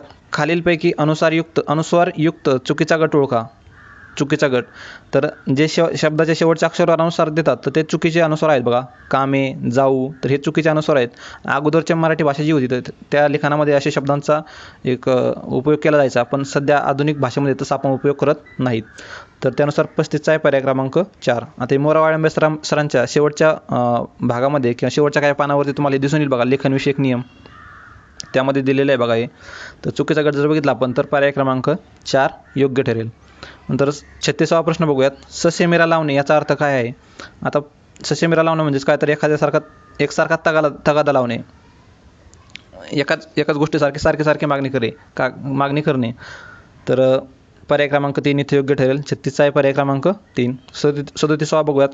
अनेक पदार्थ इतस्त अव्यवस्थितपणे पसरणे या अर्थाची म्हण काय तर बाजार मांडणे. आपली रूम कशी असते तर बाजार मांडतो आपण एक प्रकारे. तर 37चा आहे पर्याय क्रमांक 4 इथं योग्य उत्तर बाजार मांडणे. बावळी मुद्रा, देवळी निद्रा याचा अर्थ कोणता. बावळी मुद्रा म्हणजे दिसायला तर बावळा दिसतोय पण एकदम काय चलाक माणूस असतो तो. तर त्यानुसार बघितलं आपण तर दिसण्याला बावळा, व्यवहारात चतुर. पर्याय क्रमांक 2 इथं योग्य आहे. आता 39वा प्रश्न बघूयात. ही एक म्हण खूप वेळा विचारली बघा येवानं. गाव जळाला, मारुती गावा निराळा या म्हणीचा अर्थ कोणता. दुसऱ्याचे नुकसान करून नाम निराळा राहणे. तर हे त्याचं योग्य उत्तर आहे. दुसऱ्याचे नुकसान करून नाम निराळा राहणे. पाठच करून ठेवा ही, पुन्हा एकदा विचारली जाऊ शकते. गाव जळाला, मारुती गावा निराळा. आपलं बघितलं मारुतीचं मंदिर गावाच्या बाहेर असतं बघा. गाव इथं आहे, मारुतीचं मंदिर असं बाहेर असतं थोडंसं. गावाला आग लागली आणि मारुतीचं मंदिर काय एकदम गावापासून निराळं राहिलेलं किंवा बाजूला राहिलेलं आहे, त्याच्यामुळे त्याला काही हानी झालेली नाही. म्हणजेच काय तर दुसऱ्याचे नुकसान बघितलं आणि करून नाम निराळा राहणे, त्यांच्यापासून दूर राहणे. तर पर्याय क्रमांक 1 इथं योग्य उत्तर आहे. नंतर 40वा प्रश्न बघूयात. प्रधानत्वबोधक उभयान्वी अव्ययांनी जोडलेली वाक्ये अर्थांच्या दृष्टीने स्वतंत्र नसतात. आता प्रधानत्वबोधक उभयान्वी अव्ययांनी ते कोर्समध्ये देखील सांगितलं आहे बघा मी त्या. तर प्रधानत्वबोधक उभयान्वी अव्ययांनी जोडलेली काय तर संयुक्त वाक्य असतात ती. आणि संयुक्त वाक्य काहीतरी अर्थाच्या दृष्टीने हे स्वतंत्र असतात, हे नसतात दिले त्यांनी, चुकीचं आहे ते. म्हणजेच ते एकमेकावर अवलंबून असतात, हे देखील चुकीचं आहे. तर पूर्ण विधान हे चुकीचं आहे. तर संपूर्ण विधान चूक म्हणजेच पर्याय क्रमांक 4. 40 आहे पर्याय क्रमांक 4 इथं योग्य उत्तर. इथं जर वेगळं जर असतं तर काय म्हणतात त्याला, गौणत्वबोधक उभयान्वी अव्ययांनी जोडलेली वाक्ये अर्थाच्या दृष्टीने स्वतंत्र नसतात, तर ते वाक्य बरोबर ठरलं असतं. म्हणजेच ते एकमेकावर अवलंबून असतात. जे गौणत्व जर असतील तर ते एकमेकावर अवलंबून असतात, पण प्रधानत्वबोधक असतील तर ते अवलंबून नसतात. तर 40चा आहे पर्याय क्रमांक 4 योग्य उत्तर. नंतर पुढील प्रश्न बघूयात. 41वा प्रश्न. विरुद्धार्थी शब्दांच्या जोड्या जुळवा. साधे सरळ सोपे प्रश्न आहेत खूपच, एकदम 4थीचे स्कॉलरशिप वाटले वाटतात हे. तर आता बघितलं आपण तर अवघड म्हणजेच काय तर अवघड, सोपे. विजोड म्हणजेच काय तर विजोड अनुरूप होईल त्याला. कळस म्हणजेच पाया आणि गच्च म्हणजेच काय गच्चाला विरुद्धार्थी विरळ होईल. तर 41चा आहे पर्याय क्रमांक 2 इथं योग्य उत्तर. म्हणजेच अ साठी ड, ब साठी क, ब आणि अ. पर्याय क्रमांक 2 इथं योग्य उत्तर आहे. 42वा प्रश्न बघूयात. हा आंबा साखरेपेक्षा गोड आहे. साखरेपेक्षा गोड आहे किंवा साखरेहून गोड आहे. तर हा काय सांगतोय एक प्रकारे तिथं तर अतिरेक सांगतोय, एक्स्ट्रा सांगतोय. साखरेपेक्षा काय गोड असू शकतं का तर बिलकुल नाही. ते साखरेपेक्षा गोड असू शकत नाही. आंबा साखरेपेक्षा गोड आहे तर व्यतिरेक करून सांगतोय तो. तर त्यानुसार पर्याय क्रमांक 4 इथं योग्य उत्तर आहे. दृष्टांत म्हणजे एखादा उदाहरण देऊन एखादी गोष्ट समजून सांगितली जाते, दृष्टांत अलंकार म्हणतात त्याला. तर पुढील प्रश्न बघूयात. शब्द जातींचे प्रमुख प्रकार किती. तर हा थोडासा डाऊटफुल क्वेश्चन होता बघा. शब्द जातींचे प्रमुख प्रकार बघितले आपण तर शब्दांच्या जातीचे प्रमुख प्रकार तर ते 8 आहेत. पण शब्द जातींचे प्रमुख प्रकार बघितले आपण तर आयोगाने उत्तर देताना 2 दिलेलं आहे. मे बी त्यांनी असं लॉजिक लावलं असावं जे अव्यय आहेत आणि सव्यय आहेत, म्हणजे बदलणारे आणि न बदलणारे, म्हणजे केवळ प्रयोग आहे, क्रियाविशेषण अव्यय आणि आपले कोणते उभयन्वय अव्यय तर किंवा क्रियाविशेषण अव्यय. तर ही एक अव्ययांचा प्रकार आहे, एक सव्ययांचा प्रकार जे आपले नाम, सर्वनाम, विशेषण आणि क्रियापद. तर असे 2 गटामध्ये विभागणी करू शकतो. त्यानुसार पर्याय क्रमांक त्यांनी 1 उत्तर बरोबर दिलेलं आहे. म्हणजे शब्द जातींचे प्रमुख प्रकार किती, शब्द जातींचे म्हणलं तर पर्याय क्रमांक 1 बरोबर आहे. अजून एक समोर प्रकार आहे बघा, तिथं एखादा शब्द किती प्रकारचे कार्य करतो तर ते शब्दांच्या जाती विचारल्यात त्यांनी इनडायरेक्टली आपल्याला. तर एक प्रकारे कुठलाही शब्द हा 8 प्रकारे कार्य करत असतो. त्यानुसार शब्दांच्या जाती ह्या 8 पडलेल्या आहेत. पण शब्द जातींचे प्रमुख प्रकार किती विचारलं तर ते 2 आहेत. तर 43 आहे आणि ते कोणते तर अव्यय आणि सव्यय. तर 43 आहे पर्याय क्रमांक 1. 44वा प्रश्न बघूयात. भाववाचक नामांचा शब्दगट ओळखा. भाववाचक नामांचा शब्दगट ओळखा. तर देवपण, प्रामाणिकपणा, मोठेपण, गरिबी, गोडी, लबाडी, प्रौढत्व, मित्रत्व, शत्रुत्व, गांभीर्य, धैर्य, माधुर्य सर्वच ही काय तर काय भाववाचक नामे आहेत. तर त्यानुसार 44चं मिळेल आपल्याला पर्याय क्रमांक 4. नंतर 45वा प्रश्न बघूयात. विशेष्याची माहिती देणारा व विशेषणाचे गुण सांगणारा विकारी शब्द तो कोणता असतो, तो विशेषण असतो. तर 45 आहे पर्याय क्रमांक 3 इथं योग्य उत्तर. नंतर 46वा प्रश्न बघूयात. अपूर्ण भविष्यकाळाचे उदाहरण ओळखा. अपूर्ण भविष्यकाळ हे बघा, मोरवाळंबेच्या पुस्तकामध्ये एक चार्ट दिलेला आहे बघा, एवढा पुरेसा आहे. काळामध्ये तुम्हाला याच्या पलीकडे काय करण्याची गरजच नाही. आयोग प्रश्न जे विचारतो ते याच्यावरून कव्हर होतात. आता अपूर्ण भविष्यकाळाचे उदाहरण ओळखा. आता सुधा निबंध लिहिला असेल, सुधा निबंध लिहिणार असेल, सुधा निबंध लिहित राहील, सुधा निबंध लिहील. अपूर्ण त्यांनी काय विचारले, अपूर्ण भविष्यकाळ आणि अपूर्ण म्हणजे कोणता तर सुधा ती निबंध लिहित असेल किंवा असेल, सुधा निबंध लिहिणार असेल, सुधा निबंध लिहित राहील, सुधा निबंध लिहील. कोणतं त्याच्यानुसार मॅच होतंय तर आपलं सुधाने निबंध लिहिला असेल. अपूर्ण भविष्यकाळ सांगतो भविष्यकाळ, मी निबंध लिहित असेल किंवा सुधाने निबंध लिहिला असेल तर हे येऊ शकतं त्याचं पर्याय क्रमांक 1. 46चं पर्याय क्रमांक 1. तसं जर बघितलं तर डाऊटफुल आहे तसं या प्रश्नाचं उत्तर, कारण तसं ऑप्शनच मिळत नाही आहे. आता सुधाने निबंध लिहिला असेल आणि मी निबंध लिहिला असेल हा पूर्ण झाला बघा, अपूर्ण झाला नाही तो. ते एक प्रकारे बघितलं आपण पूर्णमध्ये जर जोडलं तर मी निबंध लिहिला असेल आणि सुधाने निबंध लिहिला असेल तर आयोगाने उत्तर देताना त्याचं 1 नंबर दिलेलं आहे बघा. 46चं पर्याय क्रमांक 1 दिलेलं आहे. पण खरं बघायला गेलं तर ते चुकीचं ठरतं आहे तसं. पण आता सेकंड केमध्ये देखील आयोगाने उत्तर बदललं नाही, त्यामुळे आपल्याला ते बरोबर घेऊन चालावं लागणार आहे. पण त्याचं खरं उत्तर जर बघितलं तर सुधा निबंध लिहित असेल असं पाहिजे होतं. आता सुधा निबंध लिहिणार असेल हे देखील चुकीचं आहे.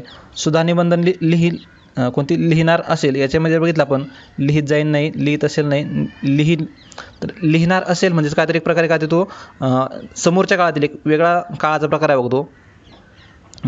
एक्झॅक्टली नाव आठवत नाही मला सध्या त्याचं, तो एक प्रकार आहे त्याच्यामध्ये हे येऊ शकतं. पण याच्यामध्ये असं बघायला गेलं तर अपूर्ण भविष्यकाळाच्या याच्यामध्ये उदाहरणच नाही येतं खरं तर. हा प्रश्न कॅन्सल होणं अपेक्षित होतं, पण आयोगाने उत्तर देताना याचं सुधाने निबंध लिहिला असेल असं दिलेलं आहे. तर हे सेकंड कीनुसार उत्तर आहे बघा आयोगाच्या. 46 आहे पर्याय क्रमांक 1. मे बी याच्यावरती ऑब्जेक्शन गेलं नसावं कोणाचं, त्यामुळे हा कॅन्सल झालेला नाही आहे. आता पुढील प्रश्न बघा 47वा. अनेकवचनी रूपातही न बदलणारा शब्द ओळखा.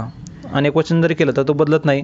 मुलगा, मुलगे, राणी, राण्या, राजा, राजे, देव तर देव एकच राहतो. एक देव 33 कोटी देखील देवच असतात. तर त्यानुसार पर्याय क्रमांक 4 इथे योग्य उत्तर आहे. हे एकदम TCS IBPS लेवलचे क्वेश्चन झाले बघा. नंतर 47 आहे पर्याय क्रमांक 4. नंतर 48वा प्रश्न बघूयात. खर्च वेच हा शब्द शब्दसिद्धीच्या कोणत्या प्रकारातील आहेत. तर काय खर्च वेच तेच आहे पुन्हा अंशाभ्यस्त. 48 आहे पर्याय क्रमांक 2 इथे योग्य उत्तर. अंशाभ्यस्त मी सांगितलं अगोदरच अभ्यस्त शब्द म्हणजे काय असतात. नंतर अनादी या शब्दाचा समास ओळखा. अनादी तर समास विचारला त्यांनी. समास ओळखायचा कोणता, तर जिथं तुम्हाला एखाद्या, आता याच्यामध्ये तर वेगळा क्रायटेरिया आहे समजा तो, पण एखाद्या याच्यात तुम्हाला जर उत्तर माहीत नसेल ना, तुम्हाला जर काहीतरी तुक्का मारायचा असेल, लॉजिक काहीच लागत नसेल, तर तत्पुरुष समास हे उत्तर जास्तीत जास्त बरोबर असण्याचे चान्सेस असतात.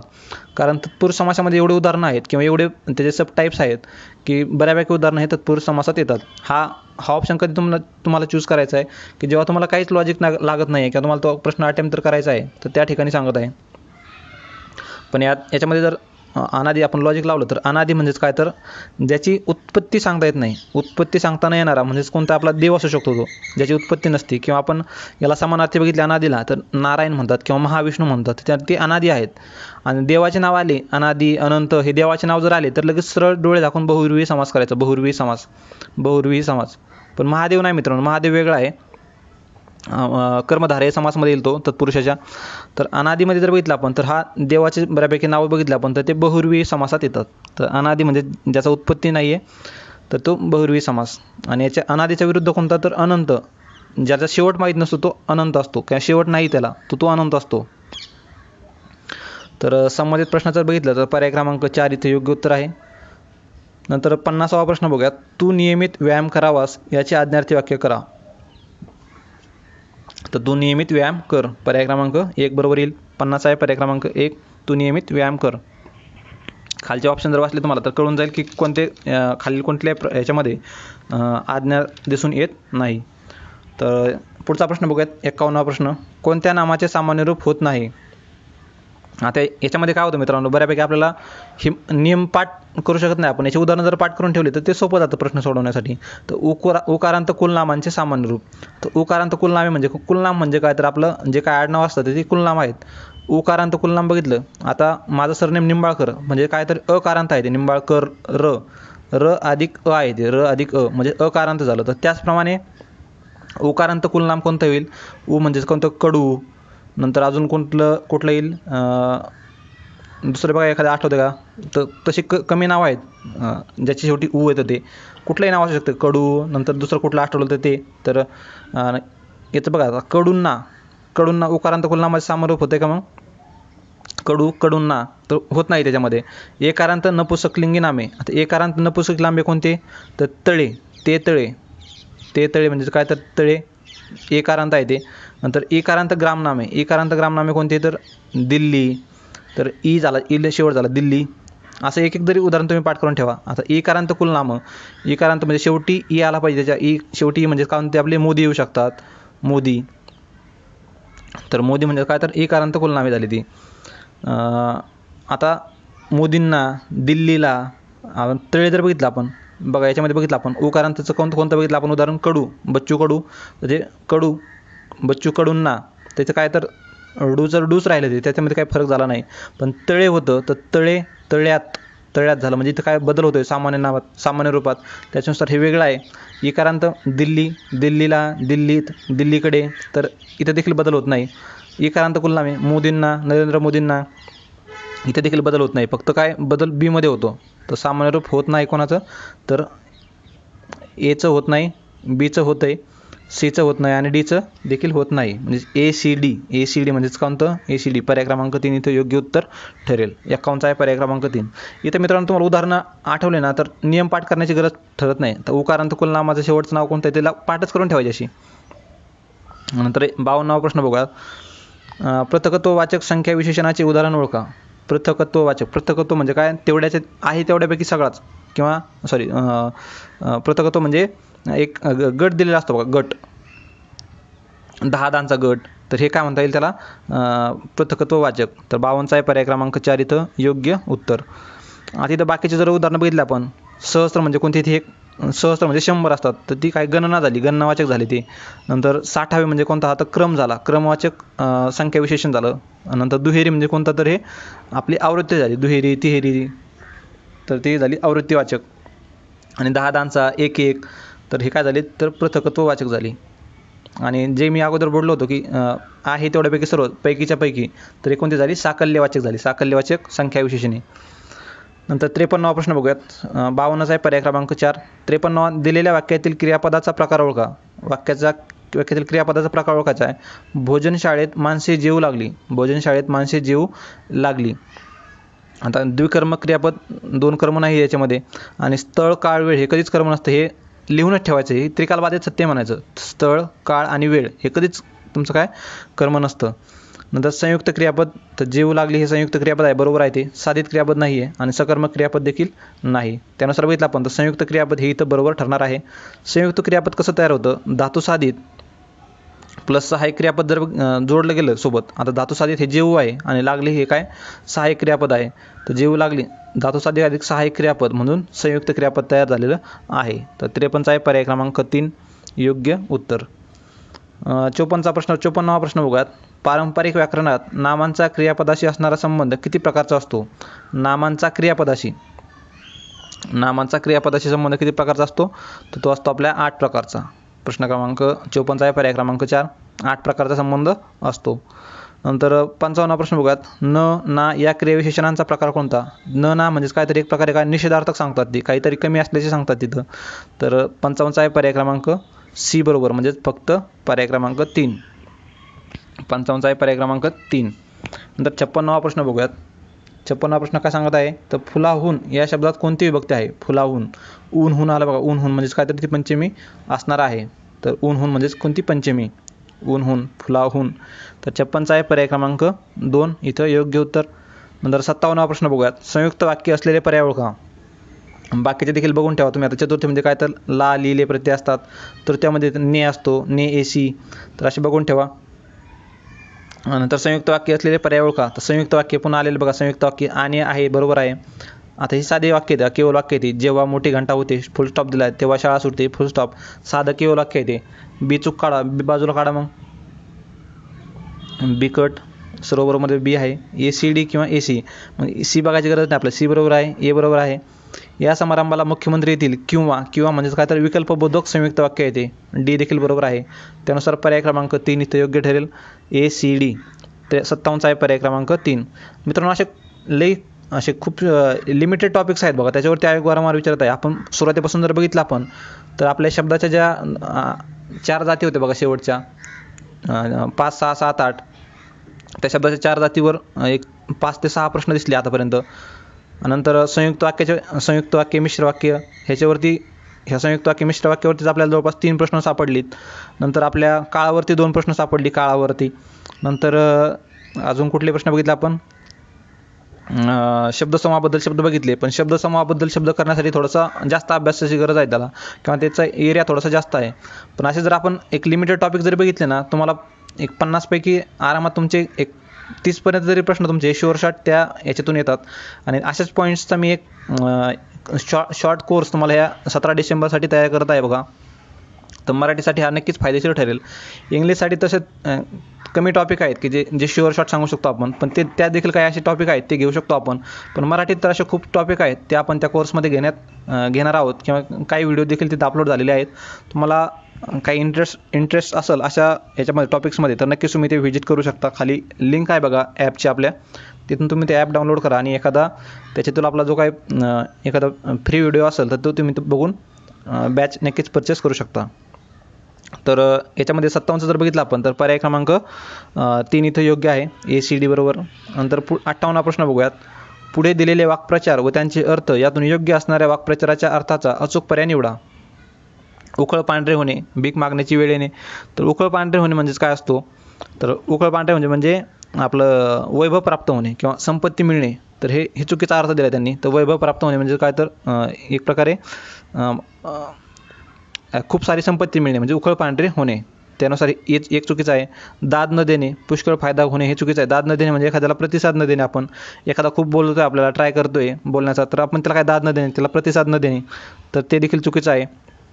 हातावर तुरी देणे म्हणजे डोळ्या देखत फसून निष्ठून जाणे, बरोबर आहे. हातावर तुरी देणे, छत्रपती शिवरायांनी तेच देखील केलं होतं. आपल्या औरंगजेबाच्या हातावरती तुरी दिल्या आणि ते पेटाऱ्याच्या ह्यातून निष्ठून आले होते.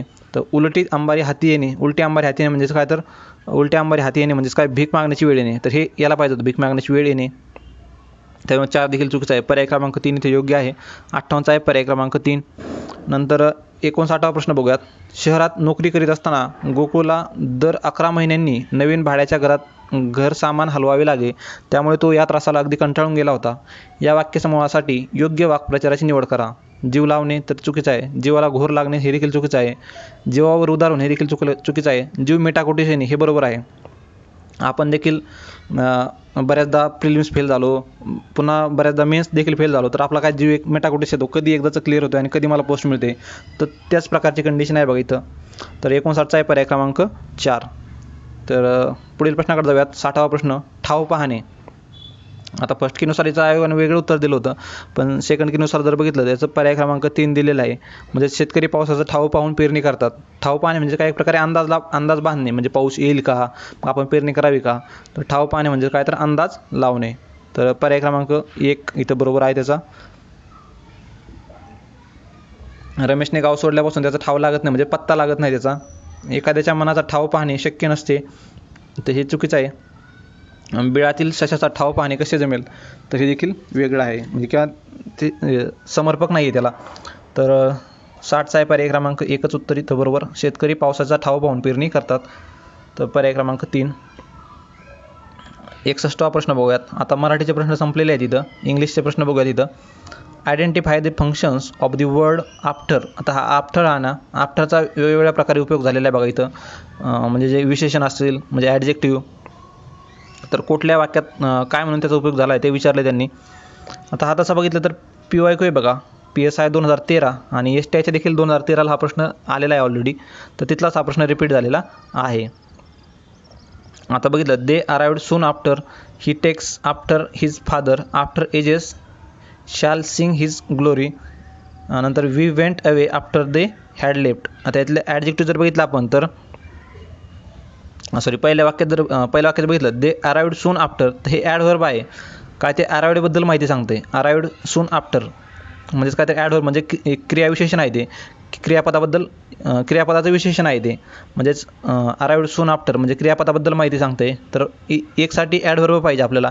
ॲडव्हर्ब म्हणजे 1 एलिमेंट झाला, 2 आणि 2 एलिमेंट झाला. ह्या 3 आणि 4 पैकी निवडायचे ॲडव्हर्ब. नंतर बघूयात, he takes after his father. After his father त्याच्या वडिलांवर एक प्रकारे लक्ष ठेवतोय तो. तर ते काय झालं, प्रिपोजिशन झालं. वडिलांवर लक्ष ठेवतोय किंवा वडिलांची काळजी घेतोय. तर प्रिपोजिशन 2 नंबरचं, म्हणजेच बघितलं आपण तर पर्याय क्रमांक 3 इथे योग्य उत्तर मिळेल बघा आपल्याला. 61 आहे पर्याय क्रमांक 3. तिसरा जर बघितला आपण, after ages shall sing his glory, तर ते ॲडजेक्टिव्ह आहे 3 नंबरमध्ये. नंतर we went away after they had left, तर ते काय, तर कंजक्शन आहे. कंजंक्शन म्हणजेच काय, तर 2 वाक्य किंवा 2 शब्दांना जोडणं, म्हणजेच काय, कंजंक्शन आहे ते. तर त्यानुसार बघितलं आपण तर पर्याय क्रमांक 3 इथं योग्य उत्तर मिळेल. याच्यामध्ये काय, तर हे ॲडव्हर्ब आहे, म्हणजेच क्रियाविशेषण. आफ्टर हिज फादर म्हणजे काय, ते प्रिपोजिशन आहे किंवा शब्दयोगी आहे म्हणू शकतो त्याला. नंतर आहे after ages shall sing his glory, तर ते काय झालं, ॲडजेक्टिव्ह झाला आणि कंजंक्शन म्हणजे 2 वाक्यांना जोडतं आहे. We went away after they had left. तर 61 आहे पर्याय क्रमांक 3 इथं योग्य उत्तर. बघा इथं देखील बघा, शब्दांच्या त्याच जातीवरती प्रश्न विचारत आहे. म्हणजे तुम्ही शब्दाच्या जाती जर मराठीत जर केल्या तर त्याचंच ट्रान्सलेशन करायचं इंग्लिशमध्ये वेगळं करायची गरज नाही तुम्हाला. तर बरंचसं ग्रामर आपल्याला कोरिलेट होतं आहे बघा. इंग्लिशमध्ये जर केलं किंवा मराठीत जर केलं तर ते इंग्लिशमध्ये देखील तुम्हाला फायदा येऊ शकतो. त्याच्यामुळे ज्या भाषेत तुम्हाला उत्तमरित्या समजत आहे त्या भाषेमध्ये बेस्ट करा आणि दुसऱ्या भाषेमध्ये थोडासा त्याचा फायदा देखील होतो. तर 61चा बघितला आपण पर्याय क्रमांक 3 आहे. 62वा प्रश्न बघूयात. She is more charming than any other woman living. I have no ulterior motive than helping you. नंतर he has greater popularity than any other leader. He has greater popularity than any other leader. आता हे बरोबर आहे बघा. She is more charming than any other woman living, बरोबर आहे. I have no ulterior motive than helping you. आता हे अल्टेरियरच्या वाक्यामध्ये असं द्यान वापरत नाहीत बघा. I have no ulterior motive helping you. I have no ulterior motive helping you. तर हे चुकीचं वाक्य आहे बघा. दॅन आणि अल्टेरियर सोबत चालत नाही ते. आणि ही has greater popularity than any other leader, हे बरोबर आहे. म्हणजे ए आणि सी बरोबर आहेत. आणि आयोगाने देखील याचं उत्तर देताना ए आणि सी हेच बरोबर दिलेले आहेत. तर 62 आहे पर्याय क्रमांक 3 इथं योग्य उत्तर. 62 आहे पर्याय क्रमांक 3. नंतर 63वा प्रश्न बघूयात. Which of the following sentences are grammatically correct. Grammatically correct कोणते बघायचे. She did not break it nor lose it. आता ह्याच्यामध्ये बघितलं तर नॉट आणि नॉर चालत नाही. इथं वाक्य कसं पाहिजे होतं ते. She did not break it or lose it. Break it or lose it. आता नॉर हे 2 वेळा नकारात्मक झाले बघा. हे म्हणजे she did not break it or lose it असं पाहिजे होतं, तेव्हा बरोबर झालं असतं ते. त्यानुसार ए चुकीचं आहे. आपल्या ज्याच्यामध्ये शोर आहेत ना त्या वाक्यामध्ये लगेच आपले बाकीचे एलिमिनेट करायला बघायचं बघा. इथं ए आहे, इथं ए आहे, 2 एलिमिनेट झाले लगेच. आता बी आणि सी आणि डी म्हणजे काय, तर आपल्याला सी बघायची गरज नाही कारण सी दोन्हीकडे आहे, म्हणजे ते बरोबर असणार आहे. आता डी बघूयात. A month past since I am coming here. Since I came here पाहिजे होती इथं तर खरं तर. आणि बी वाक्य जर बघितलं आपण तर बी वाक्यात काय सांगते, आता आय केम हिअर पाहिजे होतं, त्यानुसार डी तर चुकीचं ठरतं आहे. आता बी बघूयात, she did not break it or lose it. आता बी आणि सी तर बरोबर पाहिजे होतं, बी आणि सी बरोबर होतं. She did not break it or lose it म्हणजेच बी आणि सी बरोबर ठरलं असतं. पण आयोगाने देताना याचं उत्तर हा प्रश्न कॅन्सल केलेला आहे बघा. मे बी ह्या सीमध्ये काहीतरी डाऊट असावा. Month has past since I came here, हां इथं देखील चुकीचं आहे बघा. सिन्स आय केम हिअर पाहिजे होती, कम लिहिलं त्यांनी, केम हिअर, त्याच्यामुळे सी चुकीचं आहे. त्याच्यामुळे असा ऑप्शनच शिल्लक राहत नाही मग कुठला. त्यानुसार हा आयोगाने प्रश्न कॅन्सल केलेला आहे. A month has past since I came here. तर 63वा प्रश्न कॅन्सल झालेला आहे बघा सेकंड कीनुसार. याचं फक्त बी हे योग्य उत्तर पाहिजे होतं, फक्त बी, ओनली बी हे इथं योग्य उत्तर होतं त्याचं. नंतर 64वा प्रश्न बघूयात. He said I went to my friends house yesterday. Yesterday म्हणजे that day. Identify the sentence written in correct indirect narration. Indirect करायचं त्याचं. आता he said that he had gone to his friends house येस्टरडेचं काय होईल, that day किंवा the day before. आता 64चं बघितलं आपण तर बघा, he said that he had gone to his friends house yesterday. दुसरा जर पर्याय बघितला, ही said that he had gone to his friends house the day before. कारण येस्टरडेचं येस्टरडे राहणार नाही, त्याच्यामुळे हे चुकीचं ठरतं आहे एक. द डे बिफोर हे बरोबर होईल, द डे बिफोर. आता 3मध्ये बघितलं काय वेगळं आहे, तर he told he had, he told येणार नाही, ही सेडच राहील ते. ही सेड दॅट, टोल्ड कधी येणार, समोर कोणीतरी ऐकणार असेल तर ते टोल्ड होईल मग त्यावेळेस. तर he said that he had gone to his friends house the day before. येस्टरडेचं काय होतं, the day before. He informed that, inform पण येणार नाही तर सेडच राहील ते बरोबर. तर पर्याय क्रमांक 2 इथं योग्य उत्तर मिळतो. नंतरचा 65वा प्रश्न बघूयात. Identify the type of clause underline. The problem is who will bell the cat. The problem is who will bell the cat. What is the problem म्हणजे काय नाही, जर प्रश्न विचारला येणारं उत्तर जर हे फ्रेजमधले येत असेल तर ते नाऊन क्लॉज असते बघा. The problem is dash dash असं दिले त्यांनी. तर आपण ह्या क्लॉज ह्याला राहिलेल्या याला प्रश्न विचारायचा, what is the problem, what is the what ना प्रश्न म्हणजे किंवा काय मराठीत जर आपण अभ्यासला असेल ना तर आपल्याला इथं फायदा होतो बघा त्याचा. काय नाही प्रश्न विचारला तर कोणता नाऊन क्लॉज मिळतो. आता व्हॉट इज द प्रॉब्लेम नंतर ह्याचं उत्तर काय येतं, व्हॉट इज द प्रॉब्लेम म्हणजेच काय, तर काय प्रॉब्लेम आहे, तर who will bell the cat हा प्रॉब्लेम आहे. त्यानुसार काय तर नाऊन क्लॉज होईल. 65 आहे पर्याय क्रमांक 1 इथं योग्य उत्तर. 65 आहे 1. नंतर 66वा प्रश्न बघूयात. Identify the lexical relation in the underline parts of the following sentences. Lexical relation म्हणजे काय, त्यांचं काय रिलेशन आहे, तर लुनॅटिक आणि मॅडमॅन. लुनॅटिक आणि मॅडमॅन म्हणजे काय, एक प्रकारे वेड्यासाठी समानार्थी शब्द आहेत बघा हे. आणि समानार्थी म्हणजे काय, तर सिनोनिमी आहे ते. सिनोनिमी म्हणजे वेगळं काहीच नाही याच्यामध्ये, फक्त काय अँटोनिम आहेत, सिनोनिम आहेत, पॉलिसिम आहेत असं विचारलं त्यांनी. तर लुनॅटिक आणि मॅडमॅन म्हणजे यांचा मराठीत अर्थ बघितला तर वेडी व्यक्ती म्हणता येईल. तर ते कोणते आहेत, सिनोनिम्स आहे ते. अँटोनिम म्हणजे विरुद्धार्थी शब्द, सिनोनिम समानार्थी शब्द. आता पॉलिसेमी आणि हे हायपोनिमी. हायपोनिमी मला वाटतं ते एका गटातील जे शब्द असतात तर त्यांना हायपोनिमी म्हणतात. आणि ह्याला पॉलिसेमीला एकाच शब्दाला अनेक अर्थ असणे त्याला पॉलिसेमी म्हणतात. तर संबंधित प्रश्नाचं बघितलं तर पर्याय क्रमांक 1 इथे योग्य उत्तर आहे. 67वा प्रश्न बघूयात. Choose the correct pair of words to fill in the blanks. Choose the correct pair of words to fill in the blank. Columbus set out to dash dash India but discovered America. America discover केली तर इंडियाला पण डिस्कवरच करणार ना, काही इंडियाला थोडी invent करणार तो. आता इन्व्हेंट आणि डिस्कवरचा फरक आपण नंतर बघूयात. म्हणजे डिस्कवर म्हणजेच काय, तर आहे ती गोष्ट त्यांनी शोध लावणे आहे त्या गोष्टीचा. म्हणजे यांनी शोध लावण्या अगोदर काय अमेरिका नव्हती का तिथं, अमेरिका होती, त्याने फक्त शोध लावला अमेरिकेचं की अमेरिका इथं एक्झिस्ट करत आहे. पण इन्व्हेंट म्हणजेच काय, तर जी गोष्ट जगात अवेलेबलच नाही आणि ती गोष्ट शोधून काढणे म्हणजेच इन्व्हेंट करणे. तर Columbus set out to discover India, इथं डिस्कवरच पाहिजे. आणि एडिसन आपला लाईट जो आहे, तर थॉमस एडिसनने काय तर लाईटचं बल्ब इन्व्हेन्शन केलेलं आहे ते. डिस्कवर आणि इन्व्हेंट म्हणजेच पर्याय क्रमांक 4 इथं योग्य ठरेल. 67 आहे पर्याय क्रमांक 4. 68वा प्रश्न बघूयात.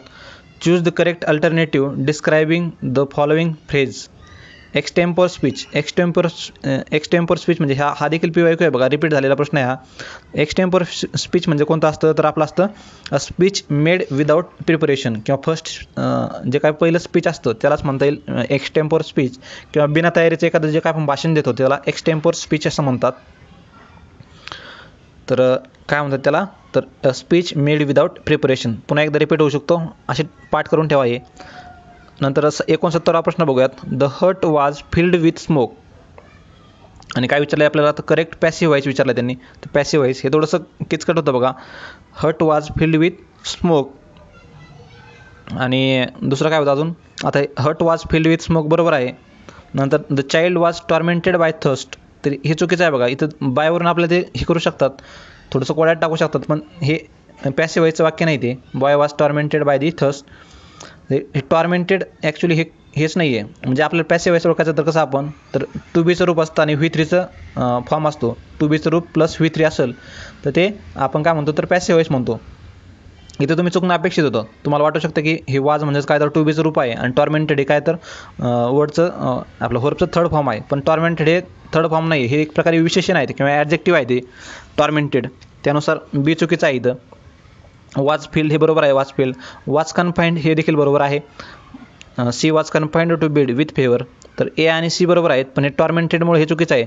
The child was tormented by thirst हे चुकीचं आहे. हे ॲक्टिव्ह व्हायचंच वाक्य आहे ते. तर 69चा पर्याय क्रमांक 3 इथं योग्य उत्तर मिळेल. आणि असंही बघितलं आपण तर तिन्ही पर्याय बरोबर असणारे ऑप्शनच नव्हते. त्याच्यामुळे आपले कोणता तरी आपल्या यातला बाहेर काढायचा होता आणि बी आपण काढून घेतला, तर ए आणि सी हे दोन पर्याय आपल्याकडे शिल्लक राहतात. 69चा पर्याय क्रमांक 3 इथं योग्य उत्तर. पुढील प्रश्नाकडे जाऊयात. 70वा प्रश्न. I have a camera haven't I. आता आय हॅव अ कॅमेरा, आता हॅव हे काय इथं ते मेन व्हर्ब आहे ते. तर मेन व्हर्बसाठी आपल्याला काय डू डज डीड वापरावं लागेल त्याला. डू आय असं घ्यावं लागेल त्याला, डू आय. तर हे चुकीचं आहे. Question tag. Stop that noise. Will you stop that noise. तर हे बरोबर आहे. आज्ञार्थी वाक्यात काय तर विल यू येतं. नंतर आय हॅड अ बाथ. आता त्याच्यातील एक हेल्पिंग व्हर्ब आहे आणि एक मेन व्हर्ब आहे. आता हे पहिलं हेल्पिंग आहे आणि हे दुसरं मेन व्हर्ब आहे. हॅड 2 वेळा आलं आहे बघा. तर हॅडंट आय हे बरोबर आहे. विल यू हे बरोबर आहे, पण हे चुकीचं आहे. म्हणजेच बी आणि सी हे बरोबर आहेत. तर 70चा आहे पर्याय क्रमांक 4 इथं योग्य उत्तर. आता इथं पुन्हा पॅसेज आलेले आहेत बघा. पॅसेजला तोच मराठीत सांगितला जो क्रायटेरिया होता बघा, तेच ॲज इट इज तुम्हाला इथं दिसून येईल. मेन्स रिअलायझेशन एक काय एज्युकेशनचा समाजावरती कसा परिणाम होतो, तर त्या संबंधित प्रश्न आहेत. इथं देखील काय करायचं आपण, तर आधी क्वेश्चन वाचून घ्यायचे, नंतर पॅसेज वाचायला घ्यायचा. ट्रू एज्युकेशन, नंतर ट्रू हॅपीनेस, नंतर काय म्हणतात with the support of dads can achieve self realization. इथे शब्द महत्त्वाचे सांगतोय फक्त तुम्हाला. Strength of a nation. नंतर 75वा प्रश्न होता लायबिलिटी ऑफ नेशन. एवढे 5 कीवर्ड पॅसेजमध्ये बघायचं. लायबिलिटी कुठे आहे, नंतर काय स्ट्रेंथ कुठे आहे, सेल्फ रिअलायझेशन कुठे आहे, हॅपीनेस कुठे आहे आणि एज्युकेशन बघायचं. आणि त्याच्या आसपासच तुम्हाला दिसून येईल त्याचे उत्तर पॅसेजमध्ये. मी ऑलरेडी तुम्हाला इथे हायलाईट करून दिले बघा. The illiterate, poor and backward people are liability rather than asset. ते 75व्या प्रश्नाचं उत्तर आहे बघा. त्याचप्रकारे स्ट्रेंथ ऑफ नेशन ते देखील दिलेलं आहे बघा. स्ट्रेंथ ऑफ नेशन कोणती असती, जे शिकलेले मनुष्य आहे तर ते स्ट्रेंथ ऑफ नेशन आहे. आणि this education is the means of self realisation. तर ॲज इट इज तुम्हाला उत्तर मिळून जातील. इथे मी डायरेक्टली उत्तर सांगत आहे पॅसेजची. 71चं जर बघितलं आपण तर पर्याय क्रमांक 1 उत्तर मिळतो बघा. True education is the means of self realisation. True happiness lies in. तर ट्रू हॅपीनेस कशात लाईज करतोय, तर 72चं बघितलं आपण तर पर्याय क्रमांक 1 मध्ये सेल्फ रिअलायझेशनमध्ये. With the support of education we can achieve self realization. नंतर what is the strength of nation. Strength of nation कोणती आहे, तर एज्युकेटेड पीपल आहेत ते. म्हणजे 74चं 2 sum total strength of people. What is the strength of nation कोणती, तर correct alternative form the sum total strength of the people. इथं जर बघितलं आपण हे बघा, the strength of the nation is the sum total strength of the people inhabiting its. तर ते कोणती, तर sum total strength of the people. पर्याय क्रमांक 1 ॲज इट इज लाईन आहे तिथली. एकदम 10वीचे आपण जसे पॅसेज सोडवायचं त्या टाईपमधले पॅसेज विचारतात बघा असे. द लायबिलिटी कोणती, तर ते poor, illiterate and backward people. तर 75चा आहे पर्याय क्रमांक 1. तर 76वा प्रश्न बघूयात. Catch the opportunity fan it comes. Catch म्हणजेच काय, तर आपण सीज करणे, तिला मिळवणे किंवा आपल्या एक काबूत ठेवणे किंवा त्याचा फायदा घेणे. तर choose the correct word to replace the underline. तर सीज करणे म्हणजेच काय, तर ती कॅच करणे किंवा त्याचा फायदा घेणे. आता सीज CEAS सीज म्हणजे स्टॉप करणे किंवा बंद करणे. सीज म्हणजे हा सीज असतो तो आपला. हा सीज म्हणजे एखाद्या गडाला वेढा देणे किंवा कशाला तरी वेढा देणे, तर म्हणजे सीज असतो. SIEGE. सीज म्हणजे काय, तर बंद करणे. सीज केलं एखादं ह्याला. नंतर आपलं सील म्हणजे तर आपल्या सर्वांनाच माहिती आहे, एक किंवा त्याला कुलूप जे म्हणता येईल, तर सील किंवा त्याला आपण म्हणतो ना सील पॅक, तर ते सील आहे ते. तर 76चं आहे. आपल्या एक क्वेश्चन पेपरला देखील सील असतं बघा सुरुवातीला, तर ते सील आहे. तर 76चा आहे पर्याय क्रमांक 3 इथं योग्य उत्तर. नंतर 77वा प्रश्न बघूयात. You will need to dash dash the subject in greater detail. आता मित्रांनो असे काही वाक्य असतील की ते आपल्याला इंग्लिशच्या वाचण्यामध्ये आपल्याला सुटू शकतात. तर इंग्लिशच्या वाचण्यामध्ये एक फ्लो असतो बघा. You will need to go in to the subject in greater detail. तर पर्याय क्रमांक 4 इथं योग्य ठरतो. You will need to go in to the subject in greater detail म्हणजे त्या विषयामध्ये तुला एक खोल जाऊन अभ्यास करणं गरजेचं आहे. तर पर्याय क्रमांक 4 इथं योग्य ठरेल. तर पुढील प्रश्नाकडे जाऊयात. Match the pairs. Loss of memory नंतर loss of voice, a spiritual power given by God आणि songs in praise of God. आता हे माहीत असेल बघा. Songs in praise of God आपल्या हाईम्स असतात त्याला HYMN. हाईम्स ते काय असतात तर त्या आपल्या उपनिषदामध्ये जर बघितलं आपण ते हाईम्स आहेत बघा. 108 काहीतरी उपनिषद आहेत आणि त्याच्यामध्ये जे गॉडसाठी आपण प्रेज केलं तर त्याला हाईम्स म्हणतात. तर डी साठी 3 बघा. डी साठी 3 कुठे आहे? सॉरी डी साठी 2 एकाच पर्यायामध्ये पर्याय क्रमांक 1. तर 78चा आहे पर्याय क्रमांक 1. म्हणजे लॉस ऑफ मेमरी काय आहे तर ती ॲम्नेसिया आहे. आता हे शब्द पाठ करून ठेवा किंवा नोट करून ठेवा साईडला. लॉस ऑफ मेमरी म्हणजे ॲम्नेसिया. लॉस ऑफ व्हॉइस म्हणजेच काय असतो? अफोनिया. फोन म्हणजे साऊंड असतो किंवा व्हॉइस असतो. लॉस ऑफ व्हॉइस म्हणजेच अफोनिया. फोनवरून आपण काय तर व्हॉइस करतो किंवा व्हॉइस कॉल करतो, तसं लक्षात ठेवा. Spiritual power given by God म्हणजे काय तर करिश्मा असतो तो, गॉड्स करिश्मा. तर ते 78चा आहे पर्याय क्रमांक 1. नंतर 79वा प्रश्न बघूयात. The old house has outlast the war. Outlast म्हणजे काय एक प्रकारे त्याला कणखरपणे एखाद्याचा सामना करणे किंवा कठीण काळात देखील आपण उभं राहणे, कणखरपणे उभं राहणे, त्याला काय म्हणतात? आउटलास्ट म्हणतात. आउटलास्ट त्यानुसार बघितलं आपण तर 79चा मिळतो आपल्याला पर्याय क्रमांक 1. Stood up to. The old house has outlast the war म्हणजे काय तर old house has stood up to the war. एवढं वार झालं तरी ते काय एक प्रकारे कणखरपणे उभं राहिलं. स्टूड अप टू एक फ्रेजल वर्ब आहे बघा. ही ठाम राहणे किंवा धीर धरून राहणे. तर 79चा आहे पर्याय क्रमांक 1. नंतर 80वा बघूयात. They dash dash the merchant for his purse. तर 80चा आहे पर्याय क्रमांक 2. They dash dash murder the merchant for his purse. आता हे सर्व गोष्टी मारण्यासंबंधीच आहेत पण एखाद्यात उद्देश असणं आणि उद्देश नसणं. आता किलमध्ये कसं असतं की याच्यामध्ये काहीतरी हेतू असतो त्यांचा मारण्याचा किंवा उद्देश असतो, त्यावेळेस किल होतं. आपण PSI लॉमध्ये जर बघितलं तर त्याच्यामध्ये व्याख्यामध्ये आपण अभ्यासला असेल बघा हे किल, मर्डर. तर किल म्हणजेच काय तर आपण याच्यामध्ये काय तर हेतू ठेवून मारतो. मर्डर म्हणजे काय तर किलमध्ये हेतू नसतो इथं, पण मर्डरमध्ये हेतू असतो बघा. हेतू असतो. किलमध्ये हेतू नसतो मारण्याचा आणि मर्डरमध्ये आपण जाणून बुजून त्याचा मर्डर करतो. आपल्याला माहीत असतं त्याला मारायचंच आहे आपल्याला, पण किलमध्ये अनावधानाने तिथं आपल्या म्हणजे मारण्याचा उद्देश नसतो तिथं, आपला फक्त लुटण्याचा उद्देश असतो. तर मर्डर. हँग म्हणजे काय तर फाशी देणे आणि स्लेन म्हणजे काय तर एखाद्याला काहीतरी चांगल्या कामासाठी त्याला मारणं, तर ते स्लेन झालं. म्हणजे आपला जसा कसाब असेल तर त्याला काय स्लेन केलं जाऊ शकतं, म्हणू शकतो आपण स्लेन. तर चांगल्या कामासाठी मारणं. नंतर 80चा आहे पर्याय क्रमांक 2 इथं योग्य उत्तर. They dash dash they murder the merchant for his purse. तर 80चा आहे पर्याय क्रमांक 2. 81वा प्रश्न बघूयात. Match the pairs. One who tries to avoid reality, a person belonging to a wandering race. One who believes in fate म्हणजे फेट म्हणजे काय तर फॅटलिस्ट असतो तो. आणि one who believes very easily. आता बघूयात हे वॉन्डरिंग रेस म्हणजे काय, जिप्सी असते बघा, जिप्सी. आता B साठी 1 बघा. B साठी 1 कुठे मिळतो का? B साठी 1 2मध्ये आहे. नंतर वन हू बिलीव्ज इन फेट म्हणजेच C साठी 2 म्हणजेच C साठी 2 पर्याय क्रमांक 3मध्ये मिळतात. तर 81चा आहे पर्याय क्रमांक 3 म्हणजेच one who tries to avoid reality. तर रियालिटी अवॉइड करणारा कोणता तर इस्केपलिस्ट म्हणजे काय पळ काढणारा परिस्थितीपासून, इस्केप होणारा. One who believes very easily तो कोणता असतो तर क्रिडुलस असतो. तर वन हू बिलीव्ज तो कोणता? क्रिडुलस. तर हे शब्द एक महत्त्वाचे आहेत, पुन्हा विचारले जाऊ शकतात. Here is a representative sample. तर बघा here is a represent dash dash sample. Select the correct suffix to make the sentence meaningful. Here is a कोणतं सॅम्पल आहे मग ते 82 जर बघितलं आपण तर रिप्रेझेंटेटिव्ह सॅम्पल आहे. रिप्रेझेंटेबल सॅम्पल होणार नाही, रिप्रेझेंटेबल सॅम्पल नाही, रिप्रेझेंटेशन असतं. हेअर इज अ रिप्रेझेंटेशन तर बरोबर ठरलं असतं. सॅम्पल नसतं तर बरोबर ठरलं असतं रिप्रेझेंटेशन. पुढं त्यांनी काय सॅम्पल दिलेलं आहे त्याच्यामुळं hair is a representative sample. तर पर्याय क्रमांक 4 इथं योग्य ठरतो. आता मित्रांनो इंग्लिशमध्ये काय आहे ना, बऱ्याच म्हणजे प्रत्येक ह्याला तुम्ही नियम पाठ करत बसू नका. काही वाक्य आपल्याला असे, आपण इंग्लिशचं जर बऱ्यापैकी वाचन असेल किंवा बऱ्यापैकी आपण अभ्यास आपल्या इंग्लिशमध्ये केलेला असेल तर एखादं वाक्य वाचल्यानंतर लगेच कळून जातं आपल्याला की कुठं काय म्हणजे काय योग्य बसतं तिथं. इथं त्याचप्रमाणे आपण तो रूल फॉलो करू शकतो. Here is a representative sample. तर रिप्रेझेंटेटिव्ह जास्त योग्य वाटते रिप्रेझेंटेशनपेक्षा.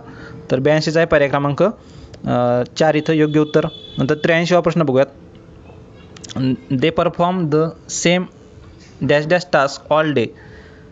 दे perform the same dash dash task all the day. Select the correct word to complete the following sentence meaningfully. तर बघूयात काय म्हणते. तर 83 मध्ये जर बघितलं आपण, दे perform the same repetitive task same repetitive task all day. म्हणजेच पर्याय क्रमांक 3. रिपिटेशन टास्क होणार नाही, रिप्लेट नाही आणि रिप्लेसिंग पण नाही. तर 83चा आहे पर्याय क्रमांक 3 इथं योग्य उत्तर. दे perform the repetitive task all day. तर 83चा आहे पर्याय क्रमांक 3. नंतर 84वा प्रश्न बघूयात. One who poses to be better than what he really is. म्हणजे एक प्रकारे काय फेकू असणं, म्हणजे काय एक म्हणजे तेवढा एखादा कोणतरी नसतो तेवढा, पण ओव्हर दाखवायचं जास्तीचं. तर त्याला काय म्हणता येत मग. आता हायब्रो म्हणजे काय, तर हायब्रो म्हणजे काय, एखाद्याला खूप माहिती आहे असं एक आविर्भाव आणणं त्याच्यामध्ये. तर हंबग जो असतो हंबग, तर तो या कॅटेगरीमध्ये बघा. One who poses to be better than what he really is. तेवढा तो काय महान नसतो किंवा तो मोठा नसतो, पण तो तसं दाखवण्याचा प्रयत्न करतो. स्मार्ट म्हणजे स्मार्ट असतो, तुमच्यासारखा स्मार्ट. तर 84 जर बघितला आपण तर पर्याय क्रमांक 2 योग्य आहे. नंतर 85वा प्रश्न बघूयात. 85वा प्रश्न काय, तर the building was badly damage म्हणजे काय, तर खूप मोठ्या प्रमाणात तिचं नुकसान झालेलं आहे. तर म्हणजे काय, तर सिव्हिअरली डॅमेज होईल ती. सिव्हिअरली डॅमेज, कम्प्लिटली नाही, स्लाइटली पण नाही. स्लाइटली म्हणजे थोडंसंच डॅमेज झालं, पार्शली म्हणजे देखील अर्धच डॅमेज झालेलं, सिव्हिअरली म्हणजे खूप मोठ्या प्रमाणात तिची काय हानी झालेली. तर 85चा आहे पर्याय क्रमांक 3 योग्य उत्तर. 86वा प्रश्न बघूयात. Rama or Hari must lend their hands. आता Rama or Hari must lend their hands याच्यात काय विचारलं आहे, करेक्ट सेंटेन्स. आता ऑरमध्ये काय होतं आपल्याला की दुसऱ्या याच्यानुसार आपल्याला इथं क्रियापद किंवा त्याच्या पुढील हे घ्यावं लागतात. जे काही आपल्या विभक्ती म्हणतो आपण. Rama or Hari must lend his hand पाहिजे होतं, हिज हँड्स ते बरोबर ठरलं असतं. देअर हँड्स नको इथं, कारण ऑर म्हणले कोणातरी एकाच पाहिजे आपल्याला तिथं. Rama or Hari must lend his hands, तर ए चुकीचं आहे. त्यानुसार हिज हँड्स पाहिजे होतं, म्हणजेच ए चुकीचं आहे. पर्याय क्रमांक 4 इथं योग्य आहे. None of my lost books were found बरोबर आहे. आणि each of the employees was given house bonus. Each आहे त्याच्यामुळं काय वाज बरोबर आहे आणि गिव्हन बोनस बरोबर आहे. तर बी आणि सी बरोबर आहेत. 86चा मिळेल आपल्याला पर्याय क्रमांक 4 इथं योग्य उत्तर. 87वा प्रश्न बघूयात. आर्बिट्रेटर म्हणजे कोण असतो, तो आर्बिट्रेटर म्हणजे भांडणं सोडवणार, एक मध्यस्थी म्हणता येईल त्याला. तर complete the sentence, choose the correct alternative. A person who buys goods from the producer and sells them to consumer चुकीचं आहे. Person who gives you a social assistant चुकीचं आहे. A person who advocates a particular company's product चुकीचं आहे. A person who is appointed by the parties to settle their disputes म्हणजे भांडणं सोडवण्यासाठी काय जो असतो आर्बिट्रेटर, तर ते आहे आर्बिट्रेटर. 87चा आहे पर्याय क्रमांक 4. आता हे आपण करंट अफेअरमध्ये देखील वाचलं असेल बघा. आपण गिफ्ट सिटीमध्ये आर्बिट्रेटर आपली इन्स्टिट्यूट स्थापन करत आहोत गुजरातमध्ये. तर जे काही मोठ्या कंपनी आहेत त्यांचे डिस्प्यूट आपण तिथं सोडवले जाणार आहेत. ते आर्बिट्रेटर सेंटर आहेत गिफ्ट सिटीमध्ये. तर 87चा आहे पर्याय क्रमांक 4. 88वा प्रश्न बघूयात. The luggages are in the cloak room. He gave me 2 dozen oranges. The table's leg is broken. आता हे टेबल्स लेग नको आहे तिथं, the leg of the table पाहिजे. लेग ऑफ द टेबल, कारण निर्जीव वस्तूला असं अपॉस्ट्रॉफी लावून जोडत नाहीत. त्यामुळे शी तर आपल्याला शुअर शॉट माहिती आहे चुकीचं आहे. ते शी चुकीचं आहे. आता इथं पण सी आहे ते चुकीचं आहे. तर करेक्ट विचारलं आहे त्यांनी आपल्याला. आता बी डी आणि ए बी डी म्हणजे बी डी बरोबर आहेत, आपल्याला बघायची गरज नाही बी आणि डी. फक्त आता luggages are in the cloak room म्हणजे बी डी बरोबर आहेत, आपल्याला फक्त ए बघायचं आहे आता. तर एमध्ये जर बघितलं आपण तर luggages are in the cloak room, luggages are नको आहे, luggages is in the cloak room हे पाहिजे तिथं. त्यामुळे ए देखील चुकीचा ठरतो. बी आणि डी हेच बरोबर आहेत. 88चं त्यानुसार मिळेल आपल्याला पर्याय क्रमांक 2. बी आणि डी बरोबर आहेत. लगेजेस आर नको आहे तिथं, त्यामुळं ए देखील चुकीचा ठरतो. तर 88चा आहे पर्याय क्रमांक 2. 89वा प्रश्न बघूयात. Choose the correct option in which words are spelled correctly. आता काय स्पेलिंग विचारली त्यांनी. आता स्पेलिंगमध्ये बऱ्यापैकी बघितलं तुम्ही तर हे बघा सिन्स असे शब्द I1 याच्या अगोदर विचारलेत बघा, किंवा त्याच्या शेवटी ना एक ओनम OU असं काहीतरी शेवट येतं बघा, एक्झॅक्ट शब्द आठवत नाही मला. होमोजिनस, आता होमोजिनस HOMOGENOUS. तर बऱ्यापैकी शब्दांचे असं शेवट जे आहे ना ते शब्द I1 याच्या अगोदर देखील विचारले आहेत, ते थोडेसे तुम्ही बघून ठेवा. तर या संबंधित प्रश्नामध्ये जर बघितलं आपण तर रेमिनिसेन्स REMINISCENCES, सेनॅटोरियम, नंतर डिझास्ट्रस आणि कंपल्सरी. तर कंपल्सरी COMPULSORY. तर हे बरोबर आहे. डिझास्ट्रस पर्याय क्रमांक 2 बरोबर आहे. 89चा आहे पर्याय क्रमांक 2. 90वा प्रश्न बघूयात. They are preparing lessons for the ensuing examinations. Ranjan is doing this important work for the last 5 days. The examinee stopped writing when the invigilator entered the hall. आणि काय विचारले, identify the sentences grammatically correct. तर correct विचारले त्यांनी. They are preparing lessons for ensuing examinations बरोबर आहे. B बघूयात. Ranjan is doing this important work for last 5 days. Is doing आहे तर सिन्स लास्ट 5 days असं पाहिजे ते, सिन्स लास्ट 5 days. तर इज म्हणजे जर फॉर लास्ट 5 days विचारलं त्यांनी, हां बरोबर आहे, फॉर बरोबर येईल इथं, कारण कार्यकाळ त्यांनी फिक्स दिलेला आहे की 5 दिवसासाठी करत आहे. पण तो हॅज बीन असं जर दिलं असतं, Ranjan has been doing this important work for last 5 days, तर हे बरोबर ठरलं असतं. हॅज बीन डुईंग तर ते बरोबर ठरलं असतं. त्यानुसार बी चुकीचा ठरत होतो. बी चुकीचा ठरल्यानंतर आपला फक्त पर्याय क्रमांक 1च शिल्लक राहतो. सी बघायची गरजच पडत नाही आपल्याला. तर 90चा आहे पर्याय क्रमांक 4 इथं योग्य उत्तर. 91वा प्रश्न बघूयात. Choose the correct meaning of the word uninhabitable. आता हॅबिटेबल म्हणजे कोणता असतो, तर आपली पृथ्वी जी आहे ते हॅबिटेबल. तर हॅबिटेबल म्हणजे तिथं राहण्यासारखी जागा असणारा, मनुष्यवस्ती तिथं तयार होऊ शकते अशी जागा. तर अनसुटेबल अनइनहॅबिटेबल म्हणजे काय, तर अनसुटेबल फॉर लिव्हिंग. 91चा आहे पर्याय क्रमांक 1. आणि त्याची आपल्याला करेक्ट स्पेलिंगमध्ये देखील विचारला जाऊ शकतो, त्याच्यामुळे स्पेलिंग देखील पाठ ठेवायची. UNINHABITABLE अनइनहॅबिटेबल. 92वा प्रश्न बघूयात. At the very prime stage of his life he reached the zenith of power. म्हणजे काय वयाच्या तो कमी वयात देखील तो काय पॉवरच्या एक टॉप पोझिशनला पोहोचलेला आहे. तो top position, Zenith of the power म्हणजे काय, तर टॉप पोझिशन. 92चा आहे पर्याय क्रमांक 1. नंतर 93वा प्रश्न बघूयात. For all his predicaments his friend promised him help and it was surely a silver lining in a dark cloud. Silver lining in a dark cloud ही देखील रिपीट झालेली बघा. STI 2021ला काहीतरी आली होती बघा ही silver lining in a dark cloud. तर त्यानुसार बघितलं आपण तर 93चा आपल्याला एक silver lining in a dark cloud याचा जर आपण पाठ करताना जर लक्षात ठेवली तर सिल्वर लायनिंग आहे आणि त्याच्यातून एक सूर्याचा काहीतरी किरण येतोय, तो असतो ray of hope. Silver lining in a dark cloud म्हणजे काय, तर रे ऑफ होप म्हणजेच silver lining in a dark cloud. पर्याय क्रमांक 4 इथे योग्य आहे त्याची. 93चा आहे पर्याय क्रमांक 4. 94वा प्रश्न बघूयात. Identify the correct sentence. हा देखील रिपीट झालेला प्रश्न आहे बघा. He is finest young player around at the moment. He is a finest young player around at the moment. She was a company director when she retired. She was a company director when she retired बरोबर आहे. Sydney is the capital city of New South Wales. याच्यातील correct sentence जर बघितलं आपण तर फक्त पर्याय क्रमांक 2 हा इथं योग्य आहे. ओनली बी इथं योग्य आहे. Sydney is the capital city of New South Wales हे देखील बरोबर असणं अपेक्षित होतं. Sydney is the capital city of New South Wales, पण आयोगानं उत्तर देताना याचं काय फक्त 2 हे इथं योग्य उत्तर दिलेलं आहे. ही इज द फायनेस्ट, इथं द फायनेस्ट पाहिजे होतं. He is the finest young player around at the moment. हे ठीक आहे, याचं समजू शकतो, पण Sydney is the capital city of New South Wales हे बरोबर असणं अपेक्षित होतं, पण आयोगानं देताना याचं उत्तर फक्त 2 दिलेलं आहे. तर 94चा आहे पर्याय क्रमांक 2. आपल्याला परत रिपीट झाला तर ते लक्षात ठेवा. नंतर 95वा प्रश्न बघा. He is quite at home in English. आता क्वाईट ॲट होम इथं खूप वेळा आयोगानं ऑलरेडी विचारलेली आहे. क्वाईट ॲट होम म्हणजे काय तर असतं एकदम फुल ऑफ कम्फर्ट असतं. फुल ऑफ कम्फर्ट घरी आपण कसं एकदम निवांत असतो, तर त्या क्वाईट ॲट होम तर फुल ऑफ कम्फर्ट. नंतर 95चा आहे पर्याय क्रमांक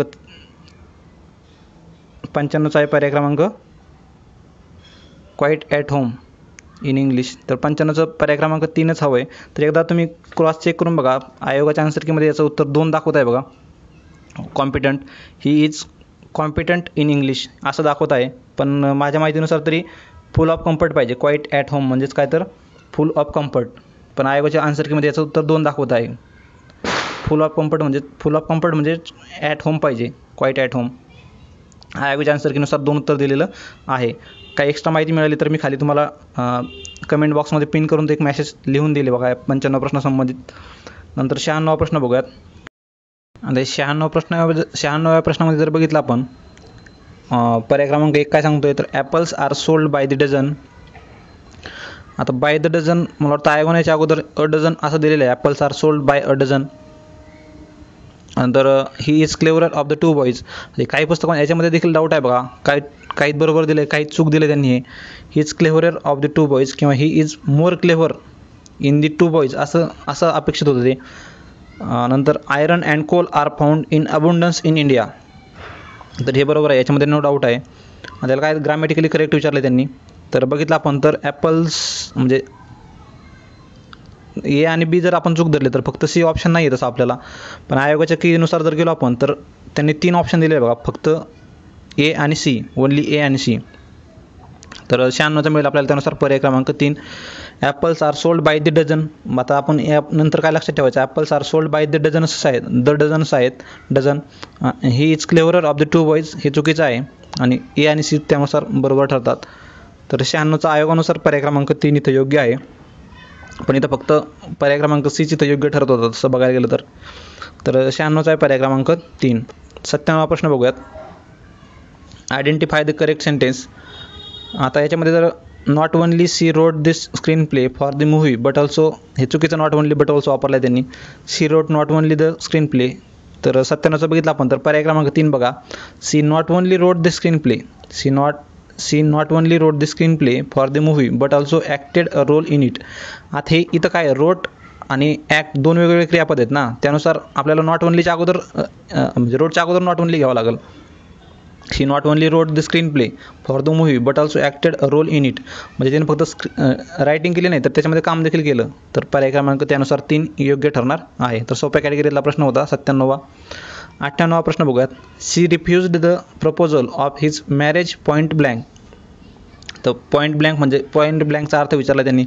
पॉईंट ब्लँक म्हणजेच काय तर एक प्रकारे काय असं एक डायरेक्टली किंवा उघड सांगणे, सरळ सांगणे, असं वाकडं तिकड्यातनं बोलणे, साधं सरळ बोलणे. ते काय डायरेक्टली येईल, बोल्डली कोडली असं स्ट्रॉंगली येणार नाही. तर पर्याय क्रमांक म्हणजे पॉईंट ब्लँक म्हणजेच काय तर पॉईंट ब्लँक म्हणजे डायरेक्टली सांगणे. नंतर 99वा प्रश्न बघूयात. If I had been in his place I should have. आता बघूयात. इफ आय हॅड बीन वापरलं त्यांनी. If I had been in his place I have done यायला पाहिजे. आय हॅव बीन नको आहे आता परत, कारण बीन ऑलरेडी वापरलं त्यांनी. तर पुढच्या काळामध्ये काय तर फक्त हॅव डन पाहिजे directly. I should have done differently. तर पर्याय क्रमांक 2 बरोबर राहील इथं. I had been in his place. If I had been in his place I should have done differently. मी त्या जागी असतो तर मी हे वेगळ्या पद्धतीने केलं असतं. तर 99चा आहे पर्याय क्रमांक 2. 100वा प्रश्न बघत. शेवटचा प्रश्न आहे. Complete the sentence choosing the correct alternative. He failed to turn up at the right time and missed the train. Turn up म्हणजे काहीतरी एक प्रकारे काय तिथपर्यंत पोहोचण्यास तो कमी पडला, म्हणजे प्लॅटफॉर्मवर तो उशिरा पोहोचला किंवा वेळेवर पोहोचणं शक्य झालं नाही, तर टर्न अप झाला नाही तो. He failed to turn up at the right time and missed the train. तर टर्न अप राहील ते बरोबर. तर 100चा आहे पर्याय क्रमांक 1 इथं योग्य उत्तर. तर अशा प्रकारे मित्रांनो आपण 100 प्रश्न या व्हिडिओमध्ये घेतलेले आहेत. तर व्हिडिओ कसा वाटला नक्कीच कमेंट बॉक्समध्ये कमेंट करा. आणि काही त्रुटी असतील याच्यामध्ये तुम्हाला डाऊट असतील कोणत्या क्वेश्चनवर तर खाली कमेंट बॉक्समध्ये नक्कीच कमेंट करू शकता. पण ही उत्तरं मी आयोगाच्या फायनल कीनुसार सांगितलेली आहेत. तर थांबूयात मित्रांनो इथं. येणाऱ्या परीक्षेसाठी सर्वांना ऑल दी व्हेरी बेस्ट.